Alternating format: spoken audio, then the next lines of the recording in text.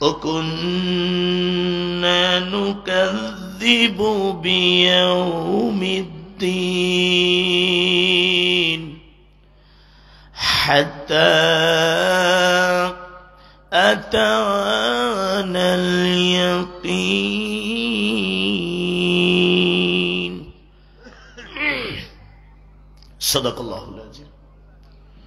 وقال تعالى في حبيب شان رسول الله صلى الله عليه وسلم عن أمامة رضي الله تعالى عنه قال قال رسول الله صلى الله عليه وسلم من أحب لله وأبغض لله وأتى لله ومنع لله فقد استكمل الإيمان أو كما قال عليه الصلاة والسلام جكتم الإيمان من رضي بالله ربا وبالإسلام دينا أبي محمد رسولا.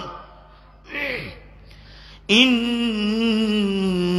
الله وملائكته يصلون على النبي يا أيها الذين آمنوا صلوا عليه وسلموا تسليما. اللهم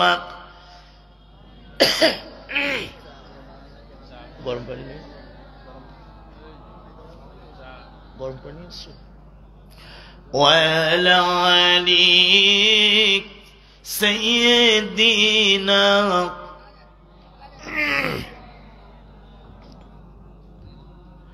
আমার যেদিন ফোরাবে দিন আমার যেদিন ফোরাবে দিন আজবে গহীন রাতি আজবে গহীন রাতি থেকো আল্লাহ এ জীবনে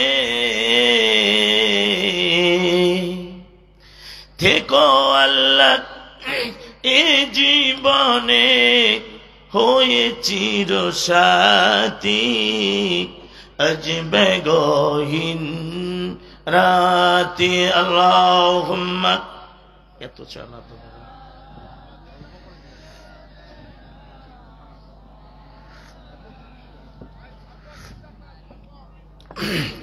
وعلى آل سيدنا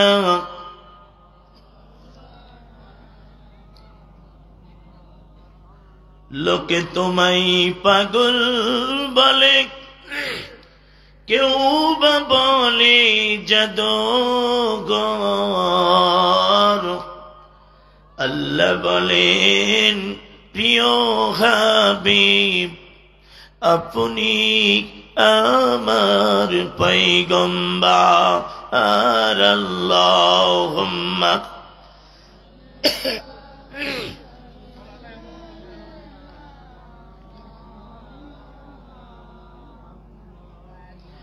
ওয়ালা আলি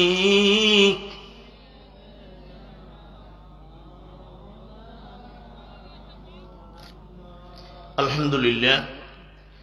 দেবী জাদুপাড়া যুব সমাজ ও এলাকাবাসীর উদ্যোগে প্রথম বার্ষিকী তাফসিরুল কোরআন মাহফিল স্থান দেবিয়া জাদুপাড়া জামে মসজিদ সংলগ্ন মাঠ হারিপাশা পঞ্চগড়।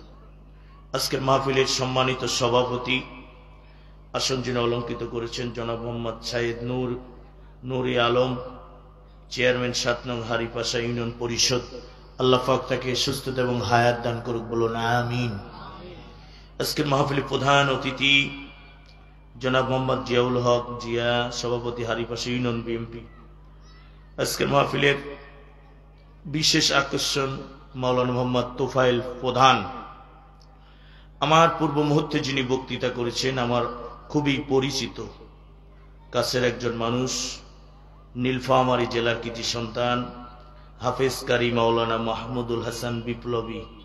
আল্লাহ পাক তাকে হায়াতে তৈবা নসিব করুক, বলুন আমিন। আমার পূর্ব মুহূর্তে যিনি বক্তৃতা করেছেন আপনারা তাকে চিনেন, আমিও তাকে চিনি। আমার ভাইজান ইসলামী আন্দোলনের একজন নিবেদিত প্রাণ, যিনি কষ্ট করে আপনাদের সামনে কোরআনুল কারীম থেকে মূল্যবান কিছু বক্তৃতা রেখেছেন। আমার ভাইকে সুস্থ এবং হায়াত দান করুক, ইসলামী আন্দোলনের জন্য, এই ননবাসীর জন্য কবুল করে নিক, বলুন আমিন।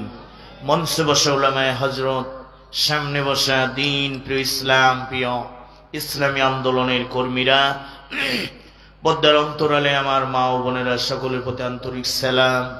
আসসালামু আলাইকুম ওয়া রাহমাতুল্লাহি ওয়া বারাকাতুহু।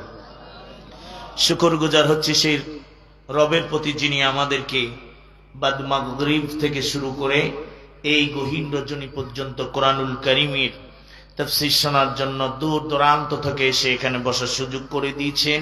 সবাই বলি আলহামদুলিল্লাহ। দরুদুস সালাম পাঠাই দি বিশ্ব মানবতার মুক্তির দূত নবী মুহাম্মদুর রাসূলুল্লাহ, সবাই বলি সাল্লাল্লাহু আলাইহি ওয়াসাল্লাম। ভূমিকা নিতে চাই না, শুধু ডাইরেক্ট আয়াতে চলে যাব। অন্যান্য দিনে একটা আয়াত তেলাওয়াত করে, আজকে 8টা আয়াত, তার মানে ওয়াজও বেশি আছে, ঠিক কিনা?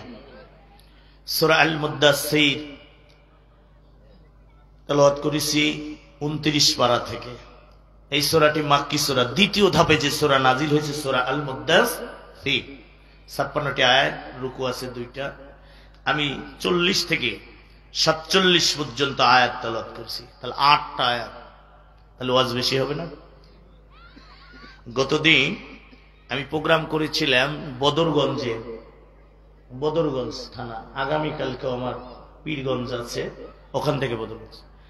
এখানে অনেক মানুষ বসে আছে, একটা প্রসঙ্গ আসছে গোসলের ফরজ। তা আমি বলছি গোসলের ফরজ কয়টা? সবাই বলছে হুজুর 3 ফরজ। একজন বলছে হুজুর আমি বলবো। আমি বললাম কি কি? সবাই এক বাক্যে, আমি কারো কাছে শুনতে চাই না, আমি একজনের কাছে শুনতে চাই। একজন মুরব্বি উঠে বলছে হুজুর গোসলের 3 ফরজ, লুঙ্গি, গামছা আর পানি। তা আপনারা কয় ফরজ মানেন? এরপরে কুমিল্লা প্রোগ্রাম করে আসলাম গত 2 সপ্তাহ, কুমিল্লা সদরে। এখন যে বাড়িতে আমাকে থাকতে দিছে, ওই বাড়িতে 2টা ছেলে ইংলিশ মিডিয়ায় পড়ে। ইংলিশ মিডিয়ায় পড়ার কারণে বড়টা বলছে হাই হুজুর, চলে আসতে বলছে হুজুর চলে যাচ্ছে, তোমরা একটু সালাম দাও। ছোটটা বলছে টাটা। আমি বলছি এরা কি শিখছে কন্ত, কি কালচার এটা? জালিমের কালচার এখনো বাংলার জমিনে ঢুকে আছে। ধর্ম উপদেষ্টা বলেছে বাধ্যতামূলক সব জায়গায় কোরআন থাকবে। যাদেরকে টাটা শেখানো হয় ও তো বড় হলে মা বাবার মুখই মারবে ঝাঁটা। আর যারা হাই শিখাচ্ছ ওর মা বাপ শুদ্ধ ওর হবে জাহান্নামে ঠাই। যদি শিখাও হাই, খবরদার। কোরআন পড়তে হবে। কোন ব্যক্তি ঈমান আনার পরে সর্বপ্রথম আমার নবীজির কাছে ঈমান আনার পরে কোরআনুল কারীম অধ্যয়ন করছে। কোরআন পড়া শেখানো হয়েছে, আর আমাদের শেখানো হয়েছে জয় বাংলা, শিখ দীক্ষা। এগুলো আমরা শিখতে চাই না। আমরা শিখতে চাই সালাম, সালাম শিখতে চাই। যারা এখানে কর্মী বলে দাবি করেন এমন কয়জন আছেন? হাত তোলেন। আমি কর্মী, আমি যা বলেছি আপনারা মুখে বুঝেছেন, আমার ভেঙে বলার দরকার নেই। আমি কোন দলের তাবেদারি এখানে করতে আসিনি। আমি আসছি এক আল্লাহর কোরআনের দাওয়াত দিতে। বাল্লিগু আন্নি ওয়ালা আয়াত, আমি জানি যেটা পৌঁছাতে আসছি। প্রথম ঈমান আনার পরে আনতে হয়, পড়তে হয় কি? কোরআনুল কারীম অধ্যয়ন করতে হয়। তারপরে কোরআন জানলেই হবে না, কোরআনের অর্থ, রাসূলের মুখের ভাষা, সেটা হাদিস জানতে হবে এবং অধ্যয়ন করতে হবে, ঠিক? 3 নম্বরে শুধু কোরআন হাদিস জানলেই হবে না, আপনাকে ইসলাম সম্পর্কে ইতিহাস জানতে হবে, কি বলছে। এই জন্য ইসলামী সাহিত্য আপনাকে বেশি বেশি চর্চা করতে হবে, ঠিক কিনা? চতুর্থ নাম্বার আর পঞ্চম নাম্বার অতি মারাত্মক, খুবই মারাত্মক। চতুর্থ নাম্বার আমি আয়াত তেলাওয়াত করে ফেলেছি অলরেডি। জামাতের নামাজ আপনার পড়তে হবে, তাও 150 মাসে। বিপদ সময় 130 আপনাকে এনে দিতে পারি।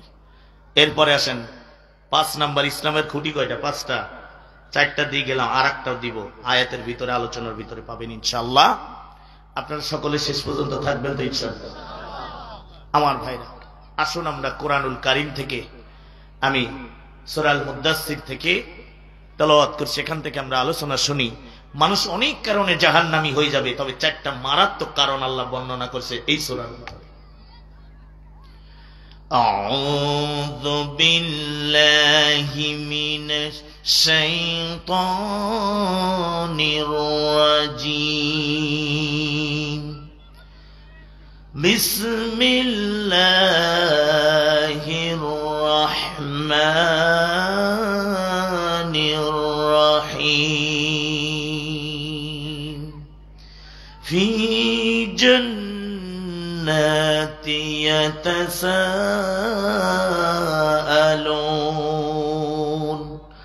আনিল মুজরিমিনা মা سلككم في سقر قالوا لم نك من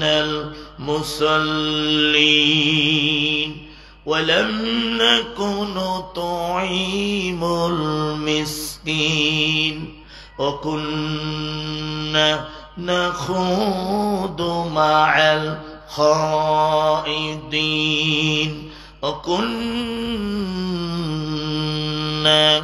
نكذب بيوم الدين حتى أتانا اليقين। তারা থাকবে কি? ফি জান্নাতি ওয়া তাসাল, তারা থাকবে উদ্যানে, একে অপরে জিজ্ঞাসিত করবে। আনিল মুজরিমিন, অপরাধীদের সম্পর্কে, তোমাদের কিসে এই জাহান্নামে নিক্ষেপ করেছে? তারা বলে আমরা নামাজি ছিলাম না, মুসল্লি ছিলাম না, আর আমরা এতিম মিসকিনদেরকে আহার্য করতাম না, আর আমরা সমালোচনাকারীদের সঙ্গে সমালোচনায় মগ্ন থাকতাম। আমরা হাসর দিবসকে, কর্মফল দিবসকে অস্বীকার করেছিলাম। আমাদের মৃত্যু দিয়ে কবর হয়ে, হাসর মিজান হয়ে জাহান্নামে প্রবেশ করল। ইবনে কাসির বলে। এখন আসেন, জান্নাতে জান্নাতীরা চলে যাবে, জাহান্নামীরা জাহান্নামে, ফয়সালা হয়ে গেল। তারা থাকবে উদ্যানে, কোথায়? জান্নাতে। এখন বলেন তো জান্নাত কয়টা? কয়টা? আরো জোরে কোন কয়টা? জান্নাত আসলে একটা, কিন্তু অনেক আলেম ওলামা আছে, জান্নাতে একটা। আল জান্নাত, জায়গার তো অভাবই নেই, ফাঁকা পড়ি আছে, তারপর আগাইতে গই কেমনে? ওই যে ইচ্ছা করি কেউ দাঁড়ায় থাকলে তো টানা যায় না। এমনি তো দেখা যাচ্ছে যে জায়গা ফাঁকা। প্লিজ আপনারা কাম সিট ডাউন, আপনার সামনে এসে বসে যান, আমি খুশি হব। এটা জান্নাতের বাগান, সবাই আমরা শুনবো ইনশাআল্লাহ। জান্নাত কয়টা? একটা। জাহান্নাম কয়টা? একটা। যে যে আমল করবে সেই আমল অনুসারে জান্নাতে প্রবেশ করবে। জান্নাতীরা জান্নাতে চলে যাবে, জাহান্নামীরা জাহান্নামে চলে যাবে। জান্নাত দেওয়া হবে ফ্ল্যাট সিস্টেম। জান্নাতের ফ্ল্যাটের জায়গা হবে কত বড় জানেন? এই জমিন থেকে আসমান পর্যন্ত একটা ফ্ল্যাটের জায়গা হবে। সুবহানাল্লাহ। আমার ভাইরা, জান্নাতীরা জান্নাতি যখন চলে যাবে, এক জান্নাতি মিলে আর এক জান্নাতির সঙ্গে দেখুন দেখা হয়ে যাবে। ধরেন আজকে সভাপতি 10 তলা বিল্ডিং এর 3 তলায় থাকে, আমি থাকি 10 তলায়। যদি কখনো দেখা হয় লিফট দিয়ে নামতে গিয়ে, তিনি বলবে হুজুর আপনি এখানে, ওনাকে আমি বলবো আপনি কেন এখানে? বলবে আমি 3 তলায় থাকি আর আমি বলি 10 তলায় থাকি। বিনিময় হবে। তিনি বলবে চলেন কফি খাই, একটু চা চক্রে যাই, হবে কি হবে না? ঠিক আমার বন্ধুরা, আমার ভাইয়েরা, ফি জান্নাতি ইয়াতাসাআলুন।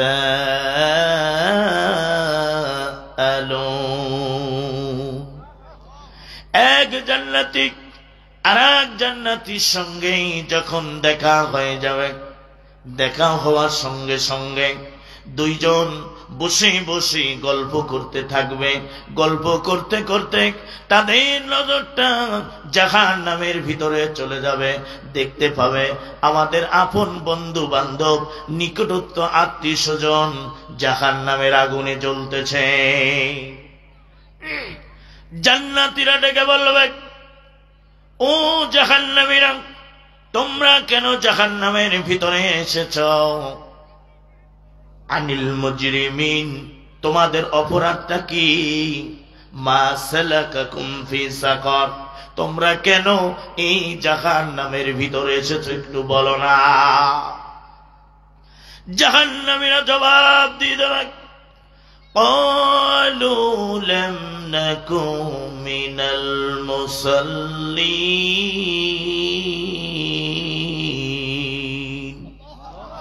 ও জান্নাতীরা, আমরা সেই হতভাগা, আমরা নামাজি ছিলাম না, মুসল্লি ছিলাম না। আমরা আজান হয়ে গেলে তোমরা নামাজের জন্য ডেকেছ, এরপরে ডেকেছে হাইয়া আলাল ফালাহ, কল্যাণের জন্য এসো।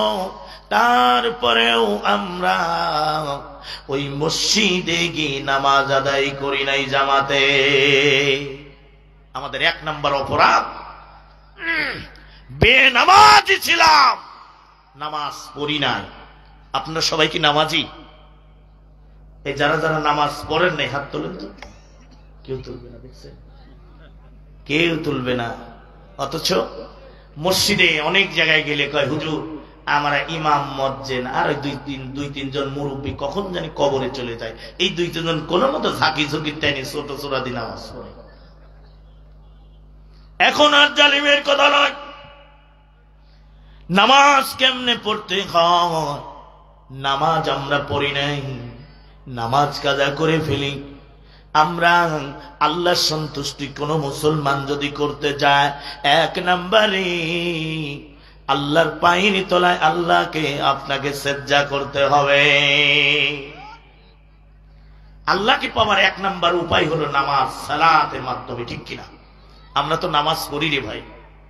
আল্লাহ বলছে, ইন্নাস সালাতি তানহা আনিল ফাহশাই ওয়াল মুনকার, নামাজ অশ্লীল কাজ থেকে বিরত রাখে। আর আমরা নামাজ পড়ে যত অপকর্ম আছে, নামাজ পড়ে সুদ, নামাজ পড়ে ঘুষ আছে না নাই? নামাজ পড়ে আবার ব্যাংকে টাকা রেখে আসছে হাজী সাহেব। নামাজ অশ্লীল খারাপ কাজ থেকে বিরত রাখে, অথচ আমরা নামাজ পড়ে সুদ খাই, ঘুষ খাই। আবার আমাদের দেশের অনেকে দেখলাম তাহাজ্জুদের নামাজ পড়ে, কোরআন পড়ে পড়ে নাকি রাষ্ট্র চালাইতো। আরে পাগলি সব সেলফি গুলা পাই কোন? এই যে আমি আসছি হুজুর একটা সেলফি নেব, ওই রকম কোরআন শরীফ ধরছে, দুই একজন হেফজখানা ছেলে পেলে মনে হয় গেছে দোয়াটাও করার জন্য, তো ওই বসায় দিছে কোরআন দিয়ে যায় নামাজে। কি সাইজে বসছে রে ভাই! আবার আশপাশে দেখলে কয়েকটা লেডিজ আছে, চুলের কি ডিজাইন! এর আবার তাহাজ্জুদ পড়ে নাকি? পড়ে কোরআনের ছবি দি বলে সকালে ফজরের নামাজ পড়ে নাকি আমাদের উনি নাকি রাষ্ট্র চালাইতো। ছেলে পেলে আবাবিল পাখির মতো দৌড় দিয়েছে। যাত্রাবাড়ি থেকে রওনা দিলেন, উত্তরার দিক থেকে রওনা দিলেন, গাবতলের দিক থেকে রওনা দিলেন, মিরপুরের দিক থেকে রওনা দিলেন। যখন শুনলেন ছেলে পেলে বলল, ঢুকলাম যেহেতু আমরা একবার দেখতে চাই তাহাজ্জুদ পড়েছে, সেই যায় নামাজ আর কোরআন শরীফ কনে। এইবার ছেলে পেলে খুঁজতে গিয়ে পাইলেন শুধু মদের মতো। এইটা কি রাষ্ট্রপ্রধান? আমি এমন একটা রাষ্ট্রপ্রধানের গল্প আজকে শোনাবো আপনাদের, একটা ওয়াজ যেটা আপনারা কখনোই শোনেন। একটা হাদিস থেকে দিব, হযরতে খলিফা। আমার ভাইয়ের, আমার বন্ধুরা, জাহান্নামীরা ডেকে কয়, আমরা নামাজ পড়ি নাই, আমরা বেনামাজি ছিলাম, এই জন্য 1 নম্বরে আমরা জাহান্নামের ভিতরে আসলাম। ও বন্ধুরা, নামাজ কারা পড়ে আপনারা মনে হয় জানেন না। এক ইমানদার যারা হয় তারাই আল্লাহর স্মরণে নামাজ আদায় করার জন্য মসজিদে ধাপিত হয়। ইয়া আইয়ুহাল্লাযীনা আমানু ইযা নুদিয়া লিস-সালাতি মিন ইয়াউমিল জুমুআতি ফাসাউ ইলা যিকরিল্লাহ ওয়াজরুল বা'আ যালিকুম খায়রুল লাকুম ইন কুনতুম তা'লামুন। আল্লাহ রাব্বুল আলামিন বলেন, হে ঈমানদার, যখন মসজিদে আজান হয়ে যায় তোমরা আল্লাহর স্মরণে সালাত আদায় করার জন্য অজারুল বায়া, ব্যবসাটা বন্ধ করে দি, তোমরা মসজিদে ধাপিত হয়ে যাও। যদি তোমরা বোঝো ব্যবসাটা বন্ধ করবে কতক্ষণ পর্যন্ত, আমার আল্লাহ ওই পর্যন্ত বন্ধ করতে বলেছে। অনেকেই জুমার নামাজের আজান হয়ে যায়, তারা ব্যবসা বন্ধ করে না, তারা কি করেন, খুতবা দিবে হুজুর, তখন মসজিদে ধাপিত হবেন না। না, আমার আল্লাহ বলে দিলেন ব্যবসা ওই পর্যন্ত বন্ধ করো। ফাইদা কুদিয়াতিস সালাতি ফান্তাশিরু ফিল আরদ, নামাজ শেষ, নামাজ শেষ হওয়া পর্যন্ত তোমরা কি করো, ব্যবসা বন্ধ করে দাও। নামাজ শেষ, মসজিদে থাকতে পারবা না, মসজিদ থেকে বের হও, কর্মের তালাশে বের হও, তোমার রুজি রোজগারের তালাশে বের হও। কিসের মসজিদে বসে বসে বেটা আমিন আমিন করব? মসজিদ শুধু জামাতে নামাজ আদায় করার জন্য। আজ কিছু শ্রেণীর মানুষ মারামারি করে মরতেছে, বলতেছে আমারটা ঠিক, ও বলতেছে আমারটা। এ বলে মূর্খ, বলে এরা শিক্ষিত।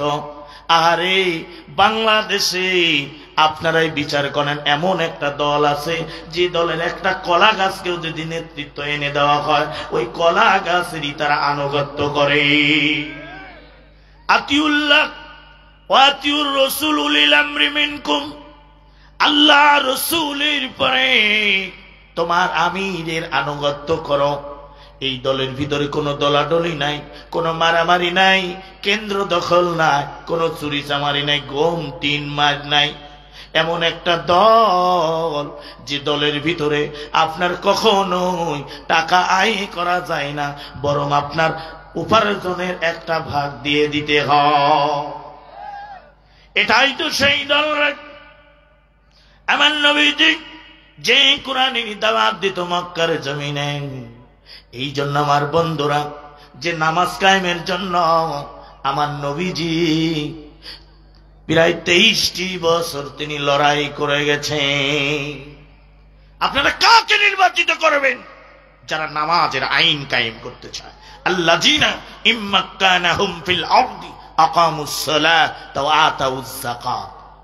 যখন মুমিনেরা ক্ষমতায় যাবে, দেশের টাকা বিদেশে পাচার হবে না, 360টা বাড়িও বিদেশে থাকবে না, কোন টিন গম চুরি হবে না, পুকুর দখল, হাট দখল, আপনার মা বোনের ইজ্জত হারা হবে না।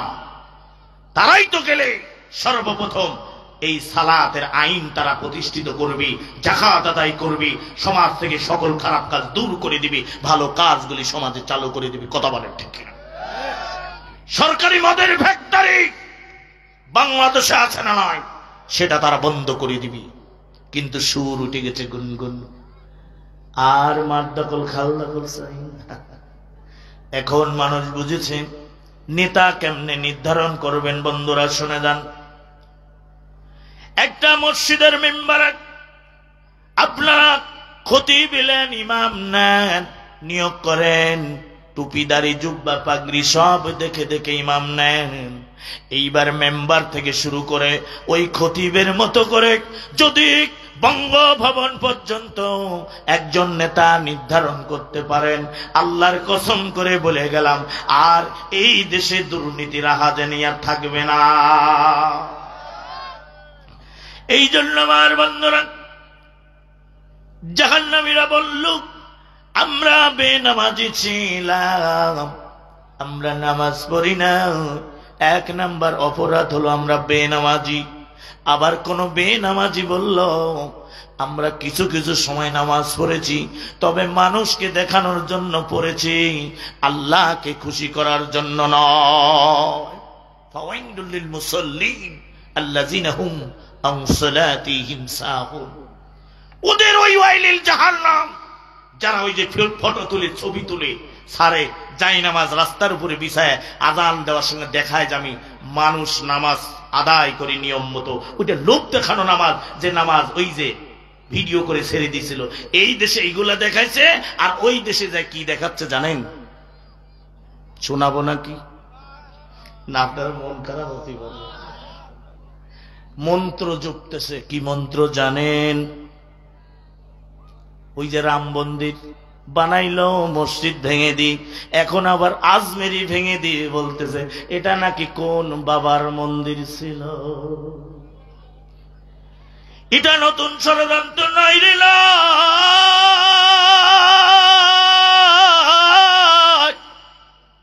এটা হল পূর্ব পরিকল্পিত ষড়যন্ত্র।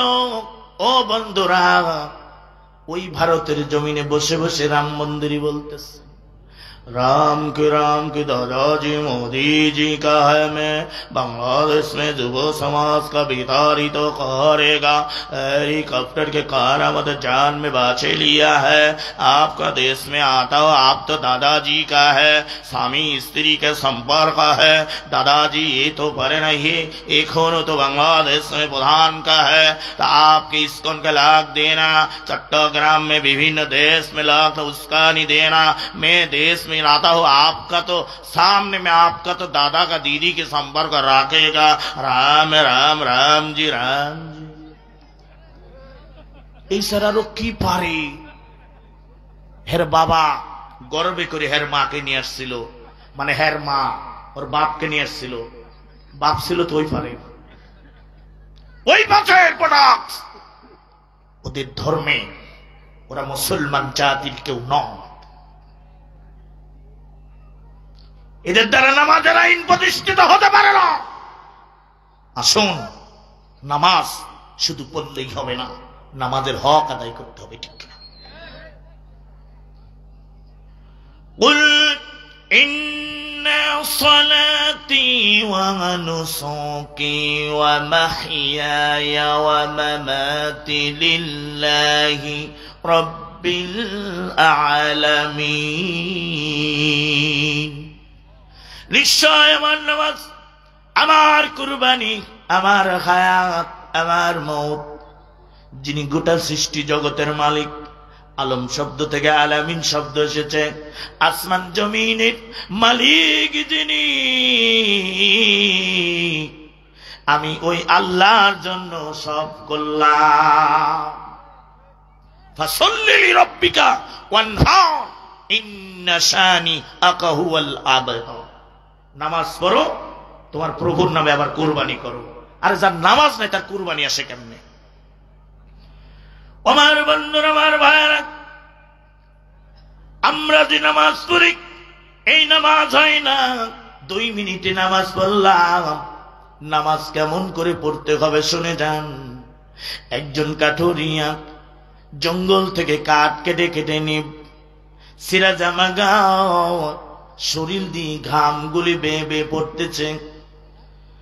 10,000 মুসল্লি ইমাম সাহেব নামাজে দাঁড়ালেন। এমন সময় কাঠুরিয়া ডাক দিয়ে দিলেন, হুজুর, আমি তাকবীর উলা ধরতে চাই। হুজুর গো, আপনি তাকবীর উলা ধরবেন না।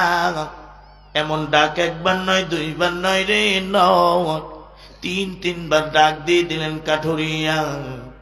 ডাকার সঙ্গে সঙ্গে ইমাম সাহেব তাকবীর ওলা ছেড়ে দিয়ে বাহিরের দিকে রওনা দিলেন। এই বাহিরের দিকে যখন রওনা দেয়, অজুখানায় একজন মানুষ অজু করতেছে, যার শরীর দিয়া ঘামগুলি ঝরে পড়ে, সিরা জামা গাও, অজুর ধরন দেখাও ইমাম সাহেব বড় পাগল পারা হয়ে গেল।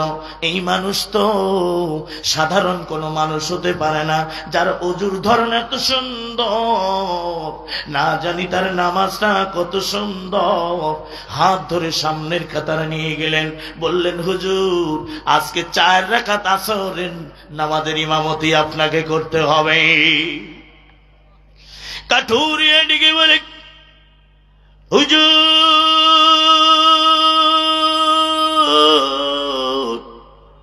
আমি যদি নামাজের ইমামতি করতে যাই, 10,000 মুসল্লি আমার পিছনে নামাজ পড়বে না। বারবার রিকোয়েস্ট করার পরে যখন কাঠুরিয়া ওই 10,000 মুসল্লির ইমামতিতে তিনি তাকবীরুল্লাহ ধরলেন, আল্লাহু আকবার বলে তাকবীরুল্লাহ ধরলেন। মজ্জিনা কামত দেওয়ার পরে যখন আল্লাহু আকবার বলি তাকবীরুল্লাহ ধরে, এটা হলো মুস্তাহাব। যারা আল্লাহওয়ালা হয় তারা কখনো তাকবীরুল্লাহ ছাড়ে না। এই তাকবীরুল্লাহ ধরার পরে আর কাঠুরিয়া রুকু সিজদায় যায় না। 10,000 মুসল্লি চিন্তায় পড়ে যায়, আরে কেমন নামাজ, আমরা তো এমন নামাজ পড়ি না। তাকবীরুল্লাহ ধরার পর আর রুকু সিজদায় যায় না। অনেকক্ষণ পরে তিনি যখন রুকু সিজদায় গেলেন আর রুকু সিজদা ওঠায় না। মুসল্লিরা চিন্তায় পড়ে গেলেন, আরে রুকু সিজদা ওঠাই না, আমরা তো দ্রুত নামাজ আদায় করি। অনেকক্ষণ পরে রুকু সিজদা ওঠানোর পরে এবার আল্লাহর ওলি কাঠুরিয়া সিজদায় যখন চলে যায় রে আর সিজদার থেকে মাথাটা উঠাই না। এইভাবেই মুসল্লিরা চিন্তায় পড়ে গেল, আমরা নামাজ পড়ি কখনো আমাদের মাজা ব্যথা হাঁটু ব্যথা হয় না, এ কেমন নামাজ রে। 4 রাকাত নামাজ আখেরি বৈঠক করার পরে এমন সময় ডানে সালাম ফেরালেন, বামে সালাম ফেরালেন, মাগরিবের রক্ত আসতে কিছুক্ষণ বাকি ছিল। এমন সময় ইমাম ডেকে বলে, হুজুর আপনি আসরের 4 রাকাত নামাজ পড়ালেন, মাগরিবের রক্ত আর কিছুক্ষণ পরে হবে, আপনি মাগরিবের 3 রাকাত ফরজ নামাজের ইমামতি করবেন।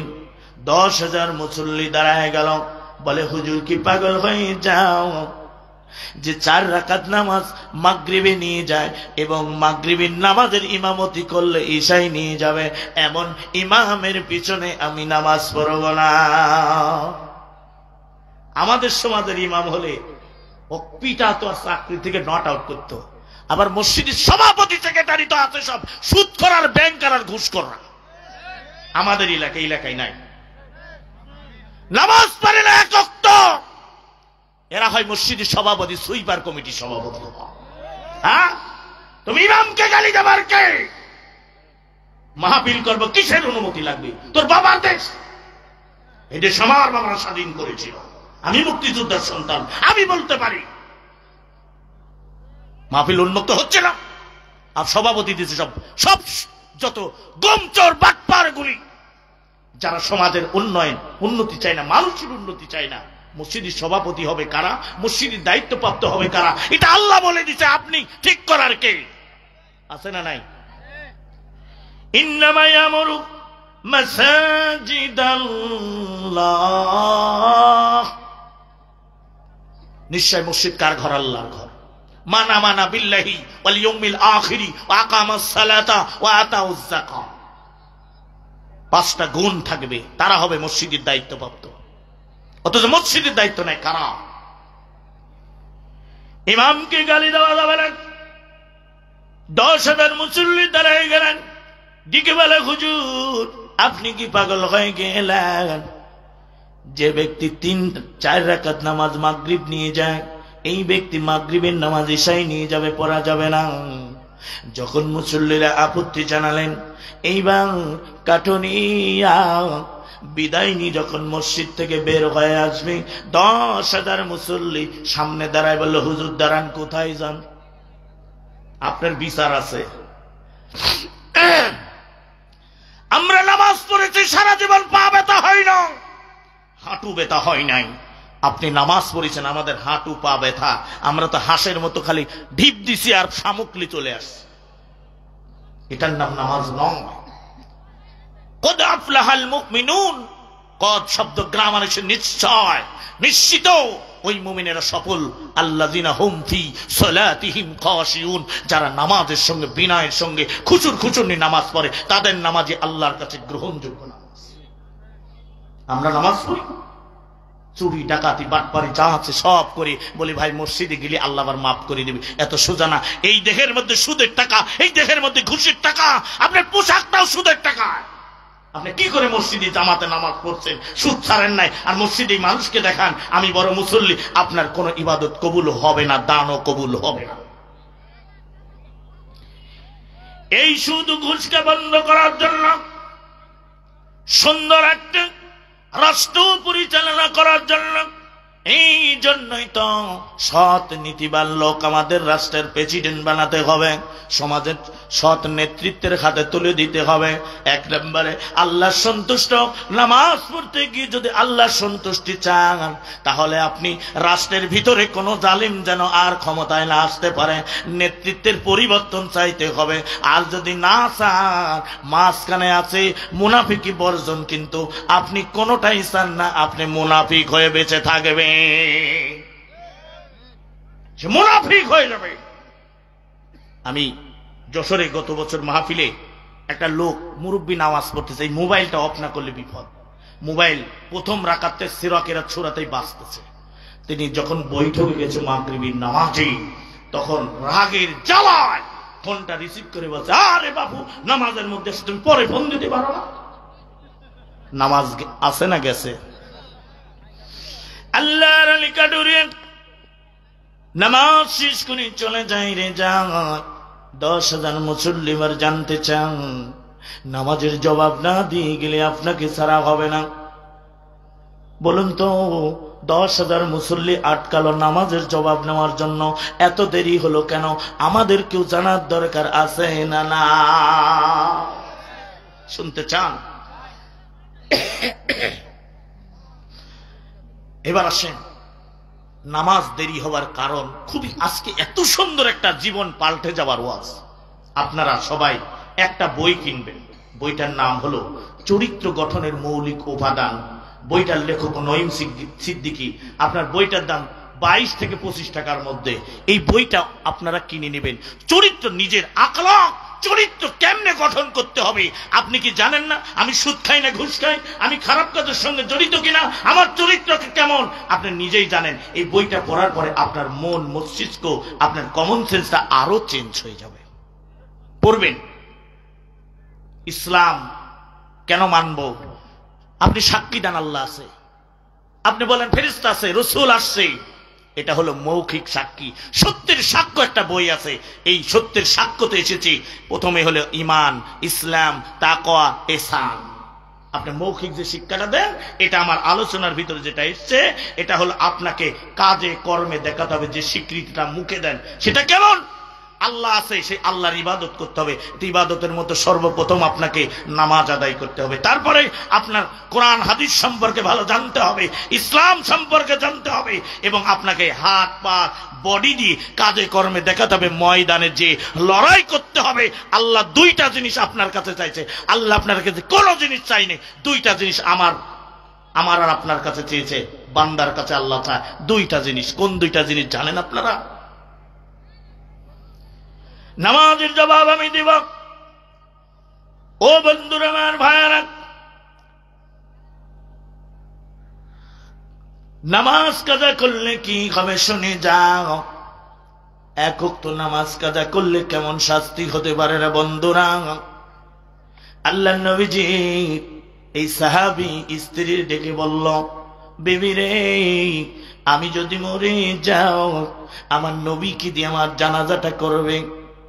আমরা অনেক ওসিয়ত করে কে আমার জানাজা পড়াবে, কে আমার কবর খনন করবে, কে আমার এই কবরের ভিতরে রাখবে, কে আমারে গোসল করাবে।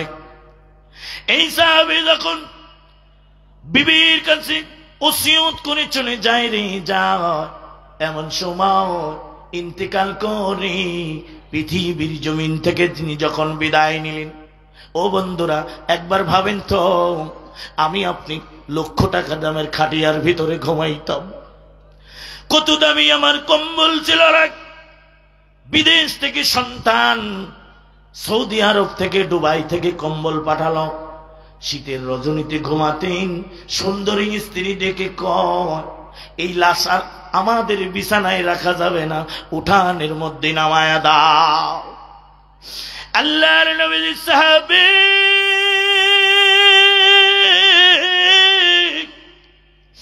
গোসল করাইয়া আমার নবীজির সামনে যখন রাখা হয়, আল্লাহর নবীজি সামনে যখন রাখা হয় রে হয়, আমার নবীজি সাহাবীর জানাজার নামাজ আদায় করার জন্য যখন তাকবীরুল্লাহ ধরেছে, এই সাহাবীর সন্তান পিছন দিক থেকে ডাক দেয়া দিল, ইয়া রাসূলুল্লাহ, ইয়া হাবিবাল্লাহ, জানাজার নামাজের পূর্বে আপনার কাছে আমি জানতে চাই, আমার আব্বা জান্নাতি না জাহান্নামী, আপনাকে বলতে হবে। আল্লাহর নবীজি তাকবীরুল্লাহ ছেড়ে দিয়ে ডেকে বলে, ও সাহাবীর সন্তান রে, আমি নবীজি বলে দিলাম তোমার আব্বা অবশ্যই জান্নাতি। আমার নবীজি আবার তাকবীরুল্লাহ ধরেছে, সাহাবীর সন্তান আবার ডাক দিয়ে দিল, ইয়া রাসূলুল্লাহ, ইয়া হাবিবাল্লাহ গো, আমি আবার জানতে চাই আমার আব্বা জান্নাতি না জাহান্নামী। আল্লাহর নবীজি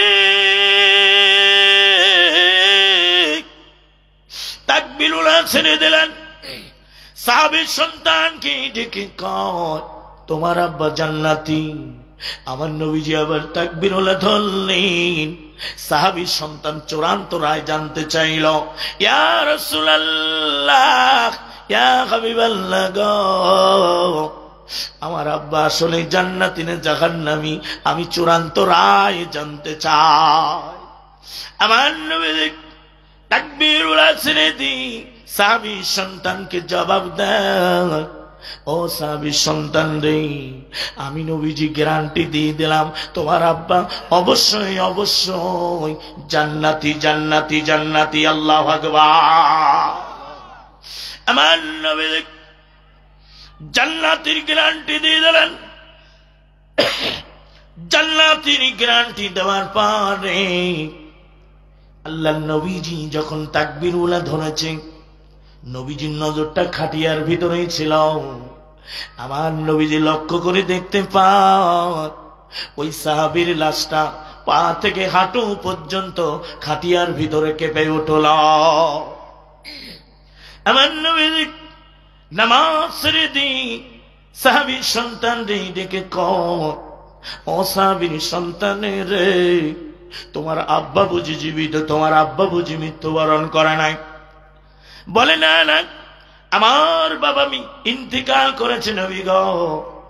আমার নবীজি আবার যখন তাকবীরুল্লাহ ধরেছি, তার নজরটা খাটিয়ার ভিতরে চলে যায়।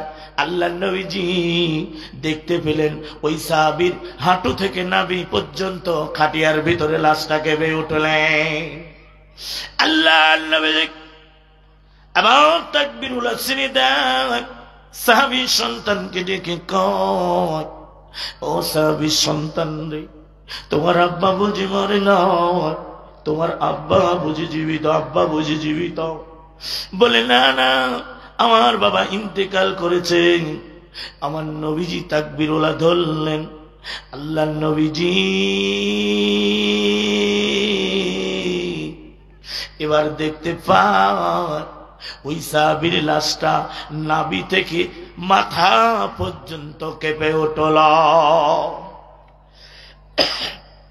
আল্লাহর নবী তাকবীরুল্লাহ ছেড়ে দি সাহাবীদের ডেকে কয়, ও আমার সাহাবীরা রে, আমার সাহাবী বুঝি মরে নাই, মরে নাই, সন্তানকে ডেকে বলে, তোমার আব্বা বুঝি জীবিত, তোমার আব্বা বুঝি মরে নাই।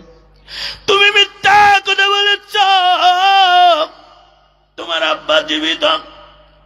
আল্লাহর নবীজি সাহাবীকে নির্দেশ করলেন, দেখো না দেখো না, ওই মোড়ানো লাশটা একবার খুলে দেখো না, আমার সাহাবী জীবিত না মৃত।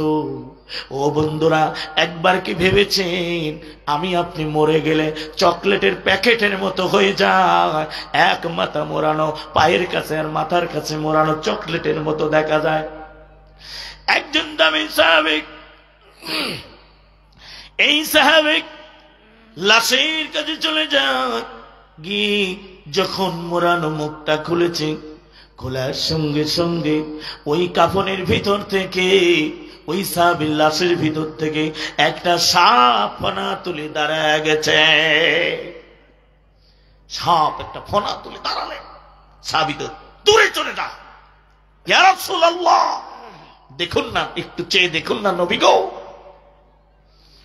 আল্লাহর নবী তাকিয়ে যখন দেখলেন কাফনের ভিতরে সাপ, নবীজি কি সাপ সালাম দিয়ে দিল, আসসালামু আলাইকুম ইয়া রাসূলুল্লাহ। আল্লাহর নবীজি সালামের জবাব দিলেন, ডেকে বলে, সাপ রে তুমি কেন আমার সাহাবীর কাফনের ভিতরে আসছো, কারণ একটু জানতে চাই। সাহাবী ডেকে ডেকে কয়, ইয়া রাসূলুল্লাহ আমি এমনি এমনি আসি না, আমার আসার একটা কারণ আছে। খুবই গুরুত্বপূর্ণ একটা কথা, আপনার আমার জীবন পাল্টে যাবে দুইটা জিনিস, বেশি লাগবে না। সবাই কি শুনতে চান? কে কে শুনতে চান না হাত তোলেন তো।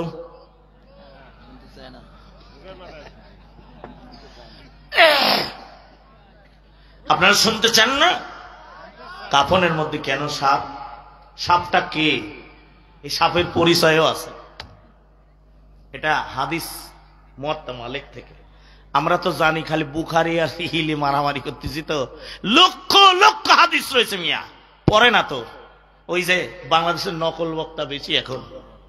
আমি সবসময় পড়াশোনা করে ওয়াজ করি, আর ওয়াজগুলো একটু দেখেছেন যারা, কারোর সঙ্গে আমার ওয়াজ মেলে না, কারোর সঙ্গে মিলবে না। আমার ভাইয়েরা, সাপটা কে পরিচয় জানতে হবে, আমার আপনারও হবে এই ঘটনা, এই জন্য জানতে হবে। নামাজ দেরি হলে নামাজ দেরি হওয়ার কারণ আছে।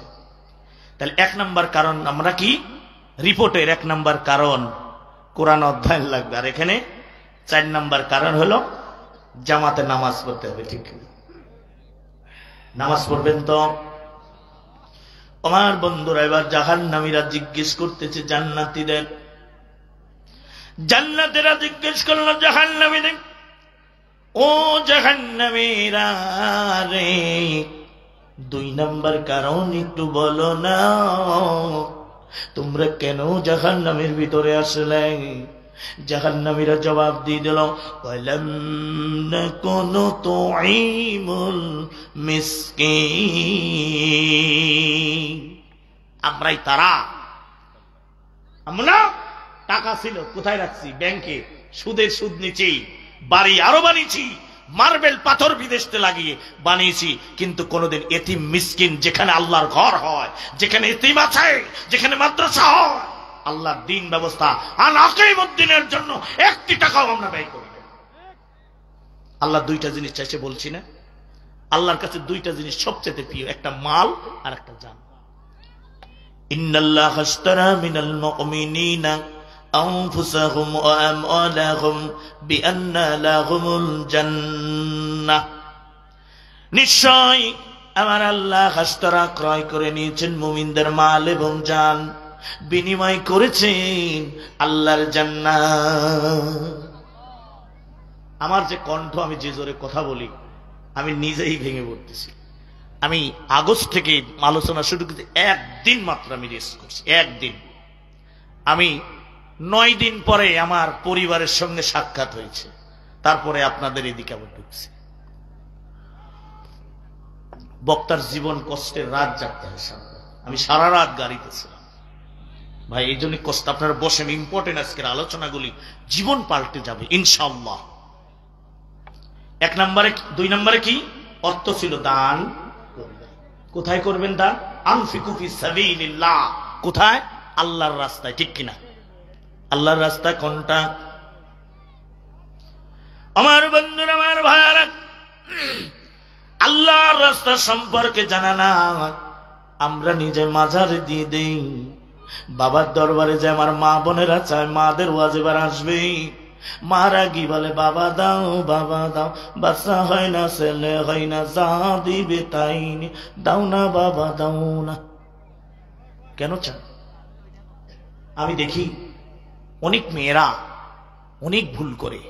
মেয়েরা শিরকের সঙ্গে বেশি জড়িত। ইন্না শিরকা লাযুলমুন আযীম, কাবিরা গুনাহ বলে একটা বই আছে, পড়বেন। একামতে দিন পড়বেন, ভাঙা করা পড়বেন, ইমানের হাকিকত পড়বেন, বায়াতের হাকিকত পড়বেন। পড়ি না? পড়ছেন কখনো? বইগুলি পড়বেন, ভাঙা করা পড়লে আপনার জীবন পাল্টে যাবে। ওমার বন্ধুরা, আমার ভাইয়ারা, দান করে বলেন। ও বন্ধুরা, একটা ঘটনা শুনে যা। দান যেন তেন দান নয় রে, নিজের বাড়ি গাড়ি মসজিদের জন্য দিয়ে দেয়। আমরা আল্লাহর রাস্তা চিনলাম না। হযরতে ওমর রাদিয়াল্লাহু তাআলা আনহু মসজিদে নববীতে বসা সাহাবীদের নিয়ে পরামর্শ করতেছেন।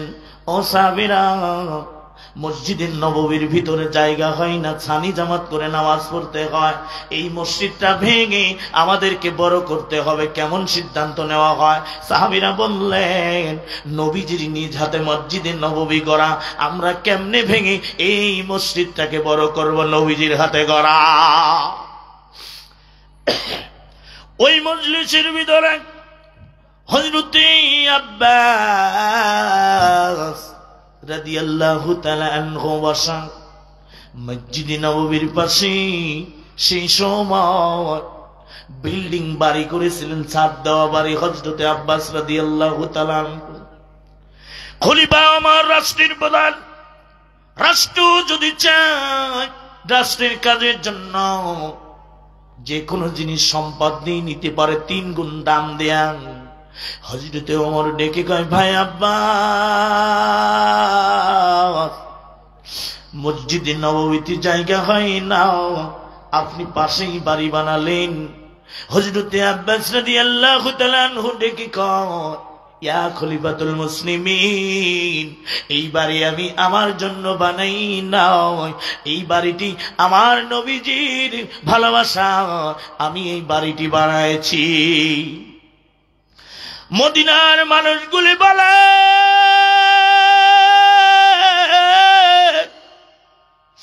আমার ভাতিজা মুহাম্মদ এতিম মানুষ, তার আব্বা নাই, মা নাই, তার কোনো সম্পদ নাই, এতিম মানুষ।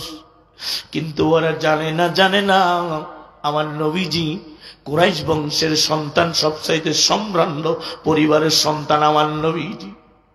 ওই বাড়িটি আমি আমার জন্য বানাই নাই, আমার নবীজির মহব্বতে আমি বানালাম। তুহিব্বুনাল্লাহ ফাত্তাবিউনি ইউহিব্বুকুমুল্লাহ ওয়া ইয়াগফির লাকুম যুনুবাকুম আল্লাহু গফুরুর রহিম।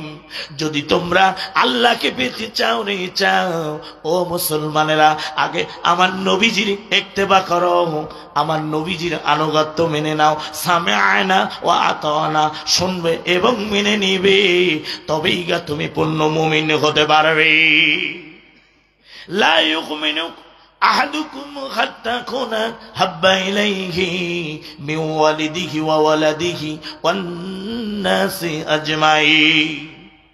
হযরতে আব্বাস ডেকে কয়, ইয়া আমিরুল মুমিনিন, এই বাড়িটা আমার নবীজির মহব্বতে বানালাম, আমি লোভ দেখানো কোনো বাড়ি বানাই নাই।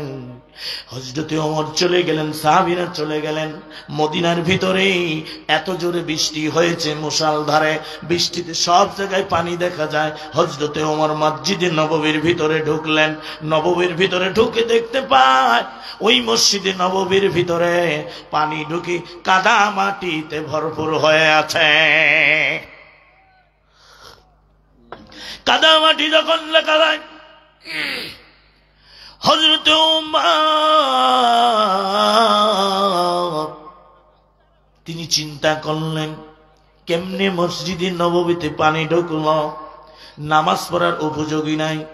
হযরতে ওমর উপরের দিকে যখন চায় দেখতে পেলেন ছাদ ফুটো হয়ে পানি ঢুকেছে। এত শক্ত ছাদ কেমনে ঢুকলো? খেজুরের পাতার ছাদ দেওয়া ছিল। হযরত ওমর বাহিরে আসলেন। বাহিরে আসার পরে দেখতে পেলেন হযরতে আব্বাসের বাড়ির ছাদের উপরে একটা পাইপ লাগানো ছিল। ওই পাইপটা দিয়ে এত জোরে পানি গিয়েছে, ওই পাইপের মাথাটা ছিল মসজিদে নববীর ছাদের উপরে। পাইপ দিয়ে জোরে ধাক্কার কারণে ছাদ ফুটো হয়ে মসজিদে নববীতে পানি ঢুকে যায়। হযরত ওমর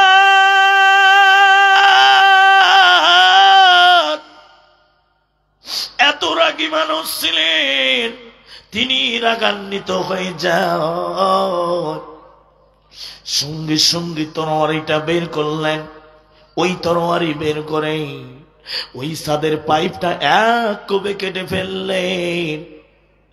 হযরতে ওমর কাটার পরে মসজিদ পরিষ্কার করে সাহাবীদের নিয়ে নামাজ পড়ি বয়ান করে। হযরতে আব্বাস রাদিয়াল্লাহু তাআলা আনহু মসজিদে নববী প্রবেশ করার পরে দেখি ইয়া আমিনুল মুমিনিন, আপনার কাছে আমি একটা বিচার নিয়ে এসেছি। আমার বাড়ির পাইপটা কে যেন কেটেছে, এই বিচার আপনার করতে হবে না। এই বিচার দেখেন, একজন রাষ্ট্রপতির বিরুদ্ধে বিচার নিয়ে গেছে। আমাদের সমাজে যদি বিচার তো দূরের কথা, বাবার ছবিটা যদি না পাওয়া যায় অফিসে, তার চাকরি থাকে না, নাই গুম হয়ে যেত। আমিনুল মুমিনিন, আপনার কাছে আমি ন্যায় বিচার প্রার্থনা করি। আমার বাড়ির পাইপ কে কেটেছে বিচার করবেন। ওমর কি জানে না পাইপটা কে কেটেছে? এই জায়গাটা শিক্ষা আছে, খালি ওয়াজ শুনলে হবে না, ব্যক্তি জীবনে শিক্ষা গ্রহণ করতে হবে। যেমন নেতা তেমন কর্মী, যেমন বিচারক তেমন হলো বাদী। আমাদের দেশের বিচারকের মতো নয়। সত্যকে মিথ্যা বানিয়ে নিজামীকে ফাঁসির কাস্টে ঝোলাও, সত্যকে মিথ্যা বানিয়ে মুজাহিদকে ফাঁসির কাস্টে ঝোলাও। আমি তাদের কাছ থেকে এই সব আলেমকে সেবা করেছি ছাত্র জীবনে। নিজামীর বাড়ি আমার জেলায়, আব্দুস সুবহানের বাড়ি আমার জেলায়, আমি পাবনা জেলার কৃতি সন্তান। তাদেরকে কাছ থেকে দেখেছি তারা কেমন মানুষ ছিল। আল্লাহ বলছেন বিমা আনজালাল্লাহু ফাউলাইকা হুমুল কাফিরুন, যারা কোরআন দিয়ে বিচার করেন ওরা হলো কাফির। বিমা আনজালাল্লাহু ফাউলাইকা হুমুল ফাসিকুন, যারা কোরআন দিয়ে বিচার করেন ওরা ফাসিক, যারা কোরআন দিয়ে বিচার করেন ওরা হলো জালিম। হযরত ওমরের বিচার দেখেন, যখন বললেন ইয়া আমিনুল মুমিনিন, আপনাকে ন্যায় বিচার করতে হবে। আমার বাড়ির ঘরের পাইপটা কে কেটেছে আমিনুল মুমিনিন? এই কথা বলার পরে হযরত ওমর মাথাটা নিচু হয়ে গেল। কারণ তিনি তো জানেন আমার বিরুদ্ধে বিচার এনেছে আব্বাস, আমি তো বাড়ির পাইপ ভেঙেছি। তিনি সালাত শেষ করার পরে বাজারের দিকে রওনা দিলেন। মসজিদ থেকে বের হয়ে কোথাও গেলেন না হযরতে ওমর। বাজারের দিকে যখন রওনা হয়, বাজারের মানুষগুলি চিন্তা করলেন আমাদের খলিফা ওমর বাজারের দিকে আসছে, না জানি কি সংবাদ পেয়েছে। কোন চাউলের দোকানে যাই না, সবজির দোকানে, মাছের দোকানে গেলেন না। তিনি সরাসরি পাইপের স্যাম্পলটা নিয়ে তিনি ঢুকলেন সেনেটারির দোকানে। সেনেটারির দোকানে ঢোকার পরে হযরতে ওমর ডেকে কয়, ভাই যাও, এই পাইপের স্যাম্পলে আমাকে একটা পাইপ দাও, তবে সব চাইতে দামি পাইপ তুমি দিবে। আমাদের সমাজের নেতা যদি হলো নেতা চেলা পেলাকে দিয়ে বলতো অমুকের বাড়ির এই জিনিসটা কিনে দাও, ওরাই লাগায় নিবি। না না, এর নাম বিচার নয়। হক্কুল্লার হক্কুল ইবাদা। আপনি নামাজ পড়েন নাই, হজ করেন নাই, যাকাত দেন নাই, দান করেন নাই, আমার আল্লাহ মাফ করলে করতে পারে হক্কুল ইবাদা। বান্দার কোনো হক নষ্ট করলে, সম্পদ নিয়েছেন আপনি, চুরি করেছেন, টিন মেরেছেন, গম মেরেছেন, থাপ্পড় দিয়েছেন, মিথ্যা ভাবে তাকে মামলা দিয়েছেন, এই হকটা বান্দা মাফ না করা পর্যন্ত আপনি বিচারে হাসরের ময়দানে আপনি জান্নাতে যেতে পারবেন না। উমর বন্ধুরা, হযরত উমর পাইপটা নিয়ে চলে আসলেন। আসার পরে তিনি নিজ হাতে লাগাইতে যান। আমাদের দেশের নেতা হলে লাগাতেন না। এই পাইপ নিয়ে আবার কোন মামলায় পড়তো ওই ব্যক্তি? আমার বিরুদ্ধে মামলা কেন? হযরত উমর পাইপটা লাগানোর জন্য তিনি যখন একটা উঁচু একটা কাঠের উপরে উঠে লাগাতে যান, এমন সময় পিছন দিক থেকে হযরতে আব্বাস রাদিয়াল্লাহু তাআলা আনহু ডাক দিয়ে দিলেন, ইয়া আমিনুল মুমিনিন, আপনি যেভাবে বিচার করেন আপনার বিচার আমি আব্বাস মানি না। ইয়া আমিনুল মুমিনিন, আপনার বিচার আমি মানি না। আপনি যে বিচার করেন ওই বিচার আমি মানি না। হযরতে ওমর ডেকে কয়, ভাই আব্বাস রে, কেন তুমি বিচার মানো না? তোমার পাইপটা যেমন ছিল তেমনি পাইপ আমি এনেছি স্যাম্পল দিয়া, এর চাইতে দামি পাইপ আমি লাগায় দেই, তুমি কেন বিচার মানো না ভাই আব্বাস? হযরতে আব্বাস ডেকে বলে, ইয়া আমিনুল মুমিনিন,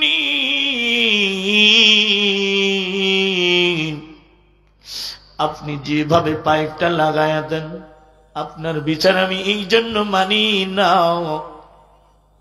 কারণ এই পাইপের সঙ্গে যে স্মৃতিটা জড়ানো, যেভাবে লাগানো, আপনি যদি ওইভাবে না লাগায়া দেন আমি আব্বাস আপনার বিচার মানি না।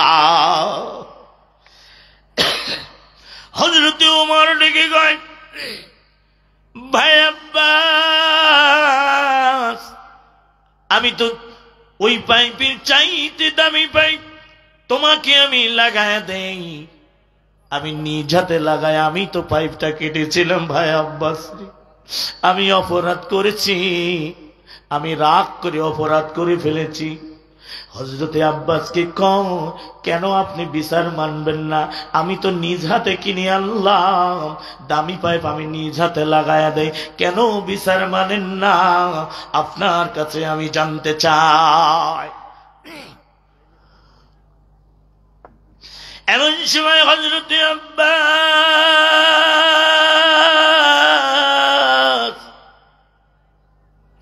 দিকে বলে, ইয়া আমিনুল মুমিনিন, এই পাইপটা আপনার মতো আমিও লাগল পাইতাম না, ঠাই পাইতাম না লাগানোর সময়।